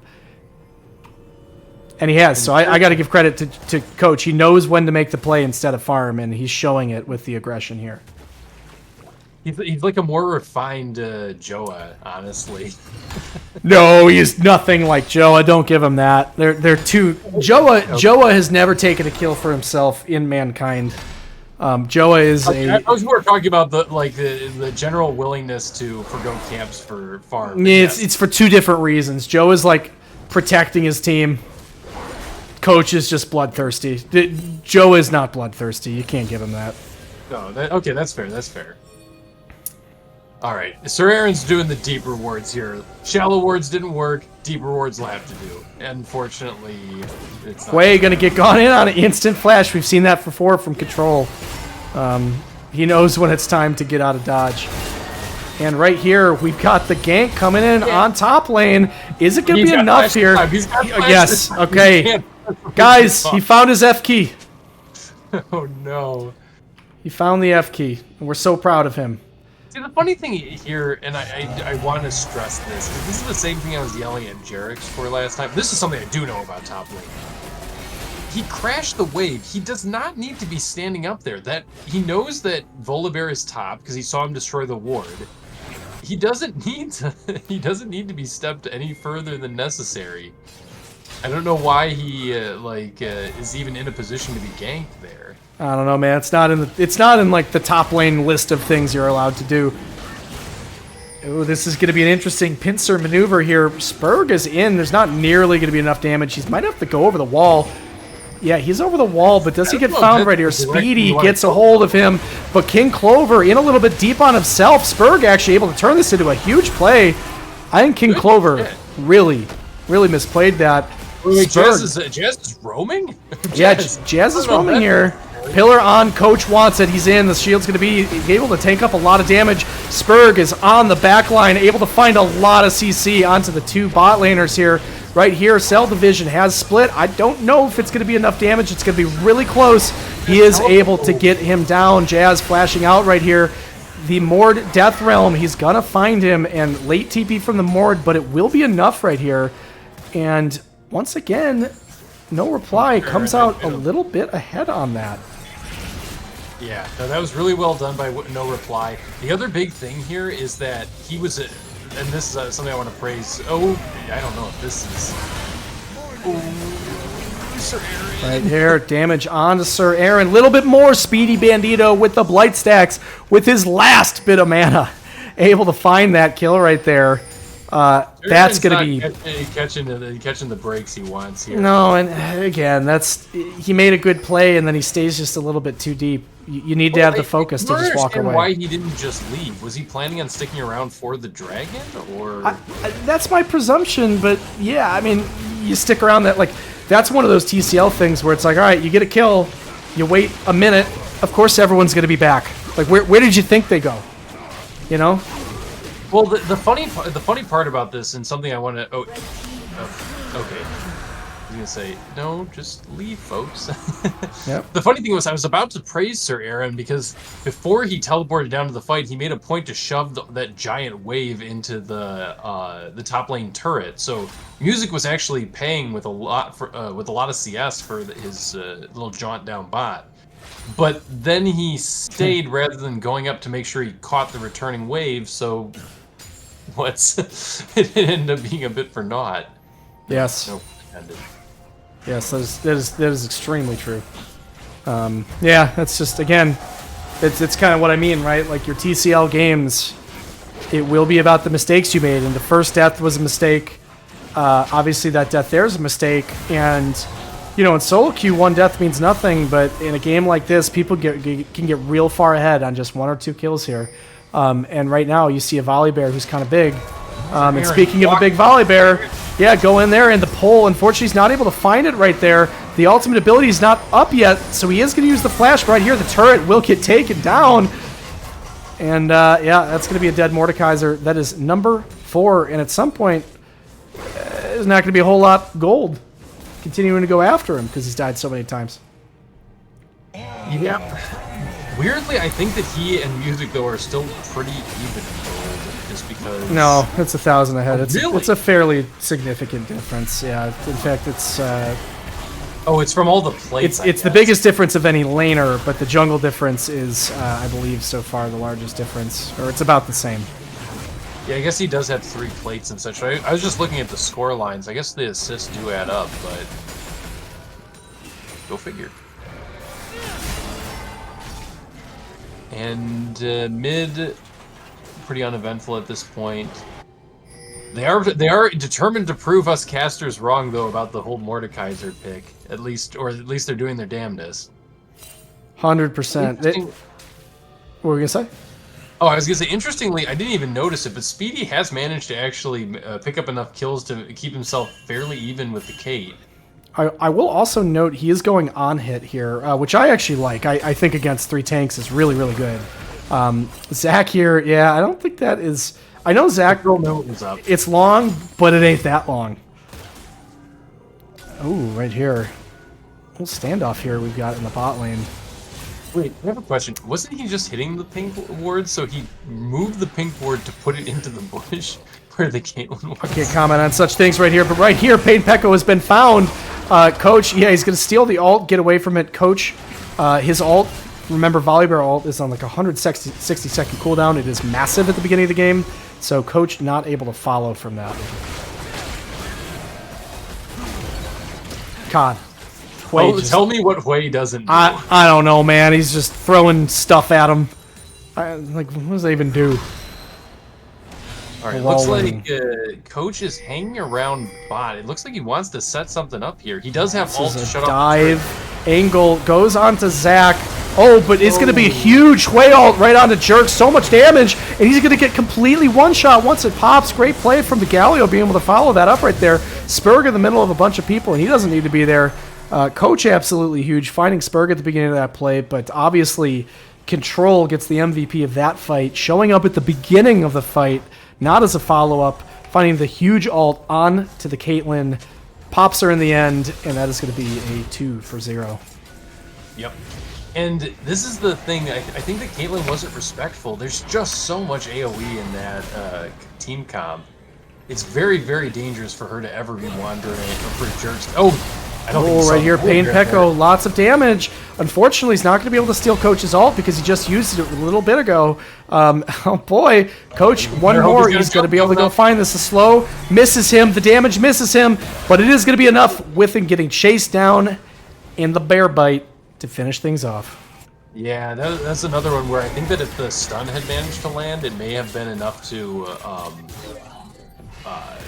bring down the Volibear, but just game of inches, and he lost it there.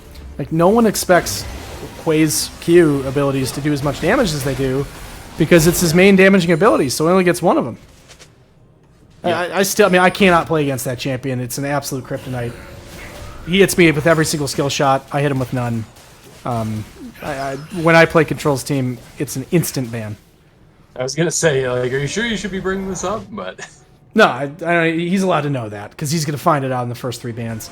Maybe if Yone was still a champion, I wouldn't be worried about it, but he's not, unfortunately.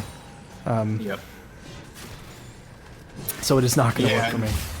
This is well, the other games were always fairly close. This one is starting to crack pretty far open. We're already looking at 4K. Oh, Coach goes in. He's really big. The Galio's going to find Taunt on the 2 top bot laners. It's Speedy Bandito able to find a lot of CC onto this, but Coach gets damaged. Jerks does a lot of damage, and you cannot forget about that.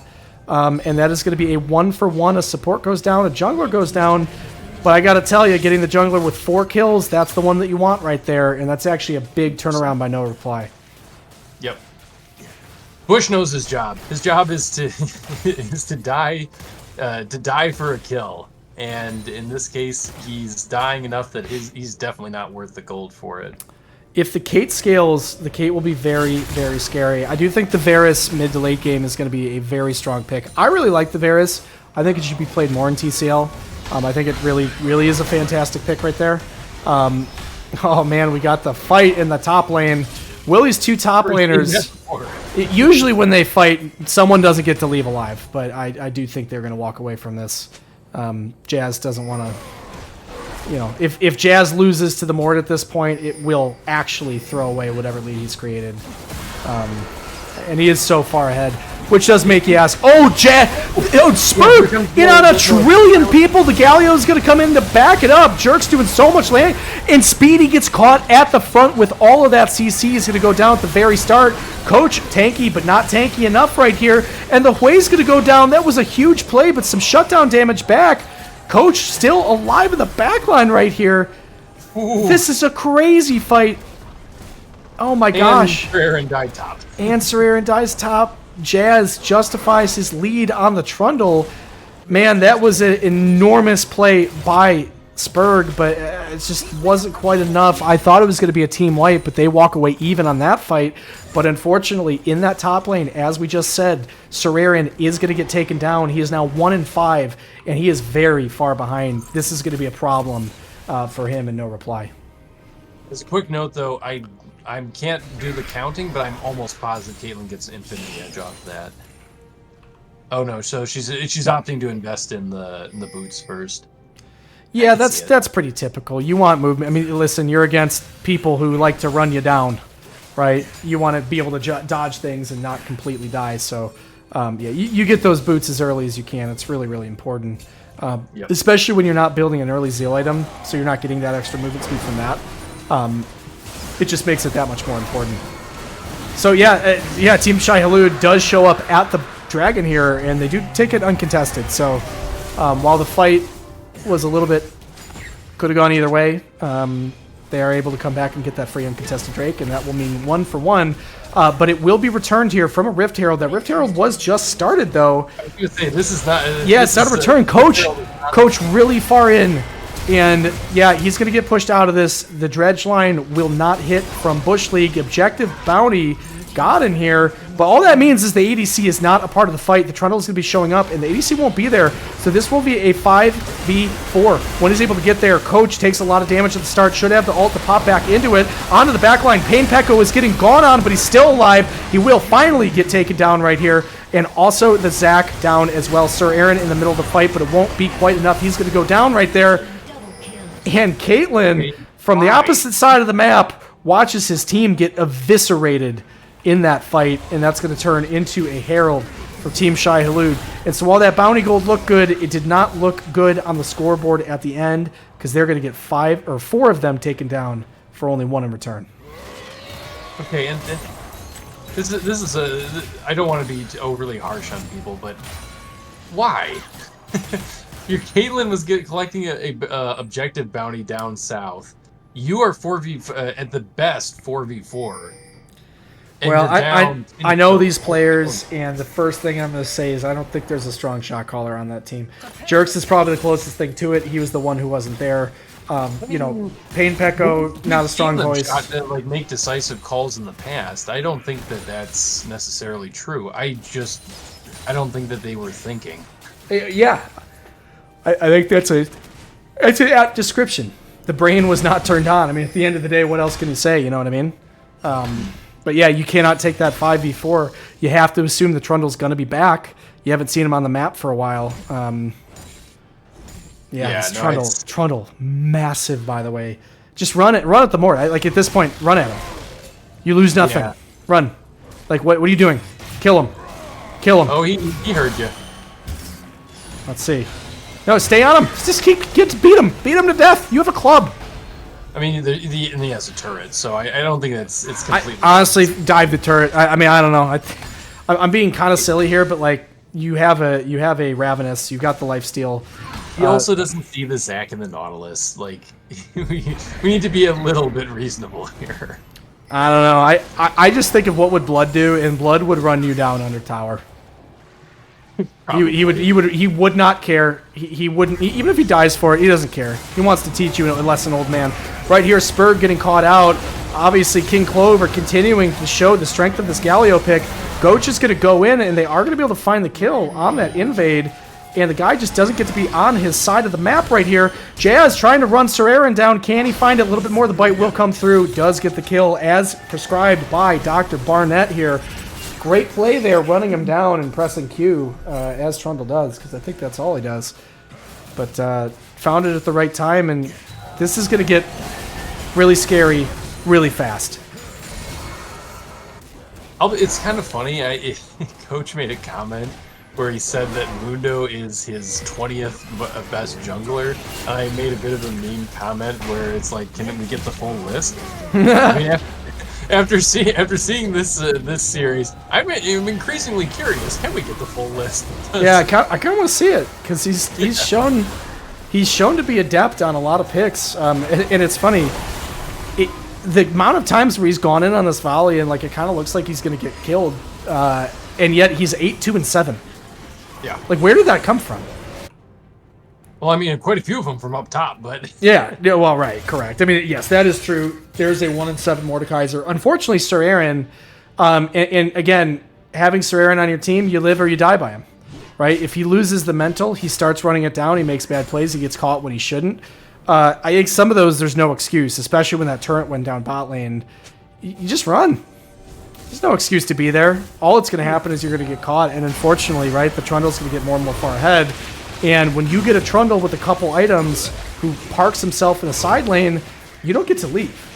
And if you don't get to leave, the Mordekaiser pick is now completely invalidated. Right? It just is what it is, because the Mordekaiser needs to be with the team, but the moment you leave to go with the team, okay, you might get one kill, the Trundle gets your base, right? That is just how it's like playing against a Trundle who has maxed that W ability, has a little attack speed, has some items, has some levels. Gets very scary at that point of the game. I also appreciate that Music clearly knows like the lose condition here. His team's taking Dragon, he immediately backs off. It's simple, but it's amazing how frequently people in TCL forget those basics. I'll give it to Music because I've been a little, shown a little criticism in this game, but he is playing the pick exactly as he needs to. He's not being places he shouldn't be. He's joining the fights when he should be. He's just taking towers, making the simple plays. And speaking of simple plays, the TP is coming in from the side here. The engage is going to come back down. Coach is deep. Zach being a little far forward, although he does get over the wall and they didn't find ACC. They're going to be able to run away from this. It's actually a pretty effective disengage right there from No Reply. And yeah, in a position where the enemy's going to take Baron, you want 5 people on the map to contest it. Spurg a little bit low. I do believe he has Cell Division passive up. Yes, he does. Cell Division up. Galio coming forward, wanting to taunt. The taunt hits onto nobody. Jerk's trying to get some damage onto it. And Sir Aaron is going to jump in and ult Coach. He ults Coach. I don't understand why he ulted Coach, but he has ulted him. Spurg is forward. Cell Division here. Caitlyn doing so much damage from the backline right here. The Mordekaiser will go down. Not going to be enough. All the AoE is going to come down onto the Cell Division, and he's going to lose. Jerks will not have enough damage, and just the vitality from this team, the stamina staying into it. Coach running down his friend at the end, exactly as the story foretold. And this looks like it will be potentially the end of the game. It's going to be relatively close. We have a Zac up in 13 seconds. They're probably going to go for the inhib, maybe the Baron. I don't think they're going to keep pushing because I do not think this is going to be the end of the game here. Now, if you're going to go B here, you got to do it quickly, because if you're red team, you should go straight to Baron here. That is your one chance to get back in this game. Wow. Huge play from Team Shai Halud. Yeah. The thing to keep in mind here, though, is, yeah, they want to run for Baron, but they have 2 other waves pushed already as well, so you got to collect those, otherwise you're potentially losing more turrets or taking more damage on turrets. And this one, yes, the turrets would have taken care of the other ones. I'm just saying, as red side, I call that Baron every time, because the once in a couple times where like the people autopilot bot and they just forget that the losing team is actually still allowed to take Baron, you make a play that puts you back in the game. And right now, you need to make a play that puts you back in the game, or you're going to slowly lose. And speaking of slowly losing right here, Bush League coming real close, is able to get over the wall. He will live to see another day. This is a rough predicament to be in, though.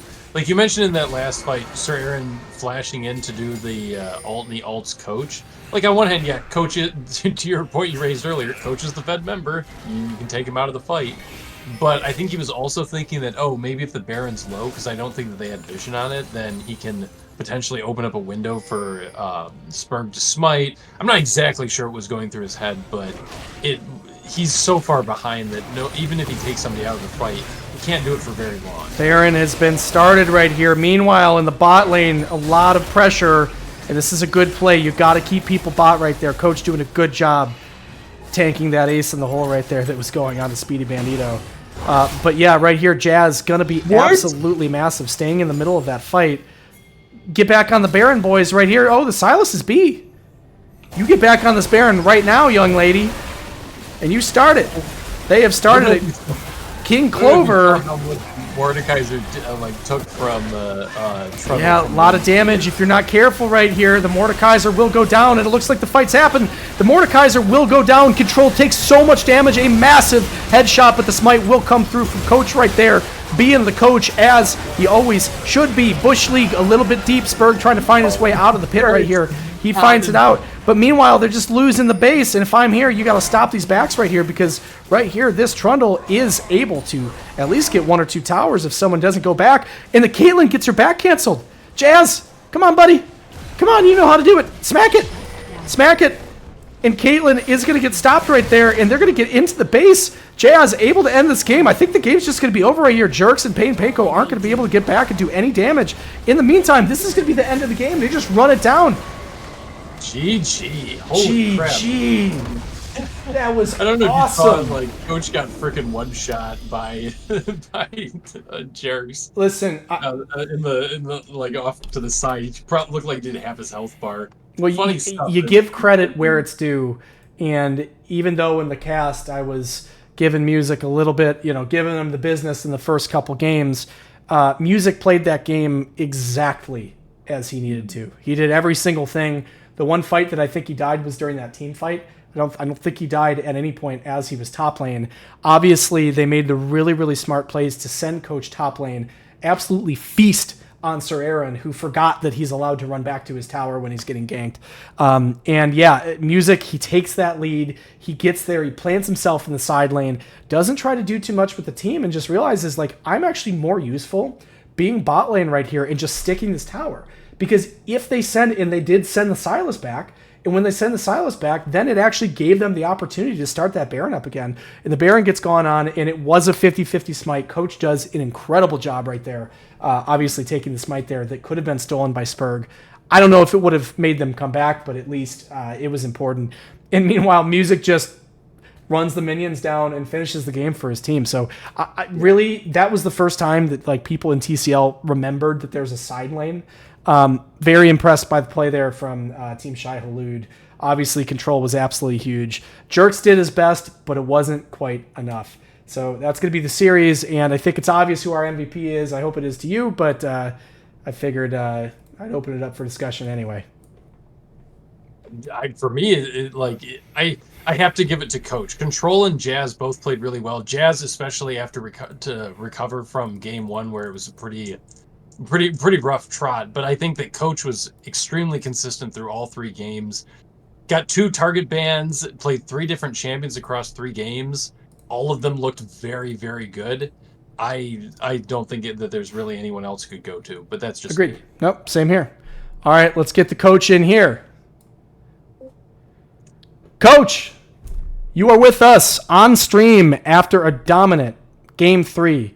Where you completely took advantage of the enemy team, picked that new volley bear, which we haven't seen yet, and just continued to do it and do it and do it over and over again, especially to your friend Jerks. So my question to you first is, tell me about you and Jerks. How did you both get involved playing with each other, and how did it feel to, give it to him on stream in front of the 46 viewers that we've got here? Me and Jerks, I just queued for a random solo queue game. This is probably 6 or 7 seasons ago, and I was playing Yi, and my Ezreal dropped 27 kills, and I was like, "Yo, let's duo. You can carry me," and that's how I met Jerks. I've played a couple thousand games with him in solo queue probably. Dude's master's peak. He's insane. Every one of my junglers was picked knowing that I had to find a way to shut him down, and the team had to shut him down. And you saw it. I think he did most damage all 3 games. He was absolutely insane. He's cracked. It just wasn't enough, though. Yeah, absolutely wasn't enough. We really enjoyed. We watched. Someone in chat made a really funny comment. They said it's so cute how much of a hard-on Coach and Jerks get for each other whenever each of them are in attack range of each other. I mean, I played Nocturne and I dove him, and played Trundle and I ate his support and dove him. I played Volibear and I jumped at him. If you don't put him on his toes, he literally will 1v9. Kid is insane. He did, but you were able to do exactly what you needed to do.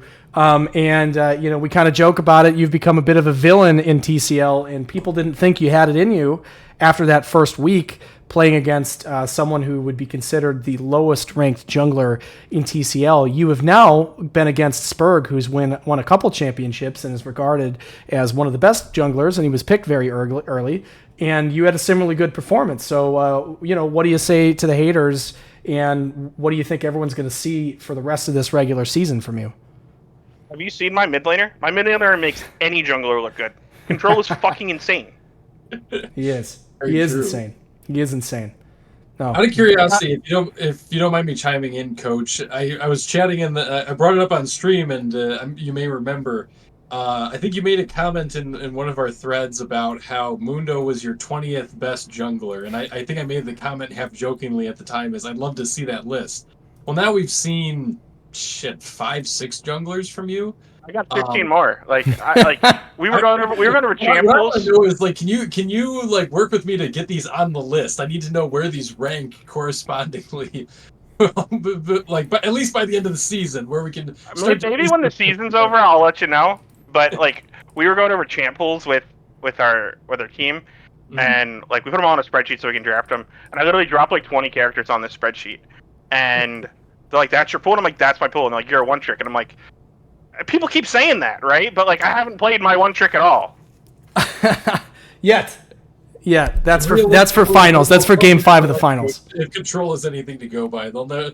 The other team, everyone in TCL really doesn't want to give one tricks their champions. Well, Control's goated. We blinded away.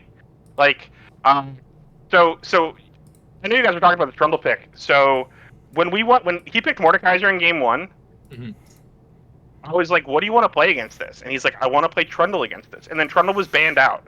So that is why Trundle got first pick, because I was like, I'm going to pick Trundle, and if they pick Mord, I'll give you Trundle. And if they don't pick Mord, I'll play Trundle. And that's what happened. So game 1, they didn't pick Mord, they picked TK. So I played Trundle, and we gave him the counter pick.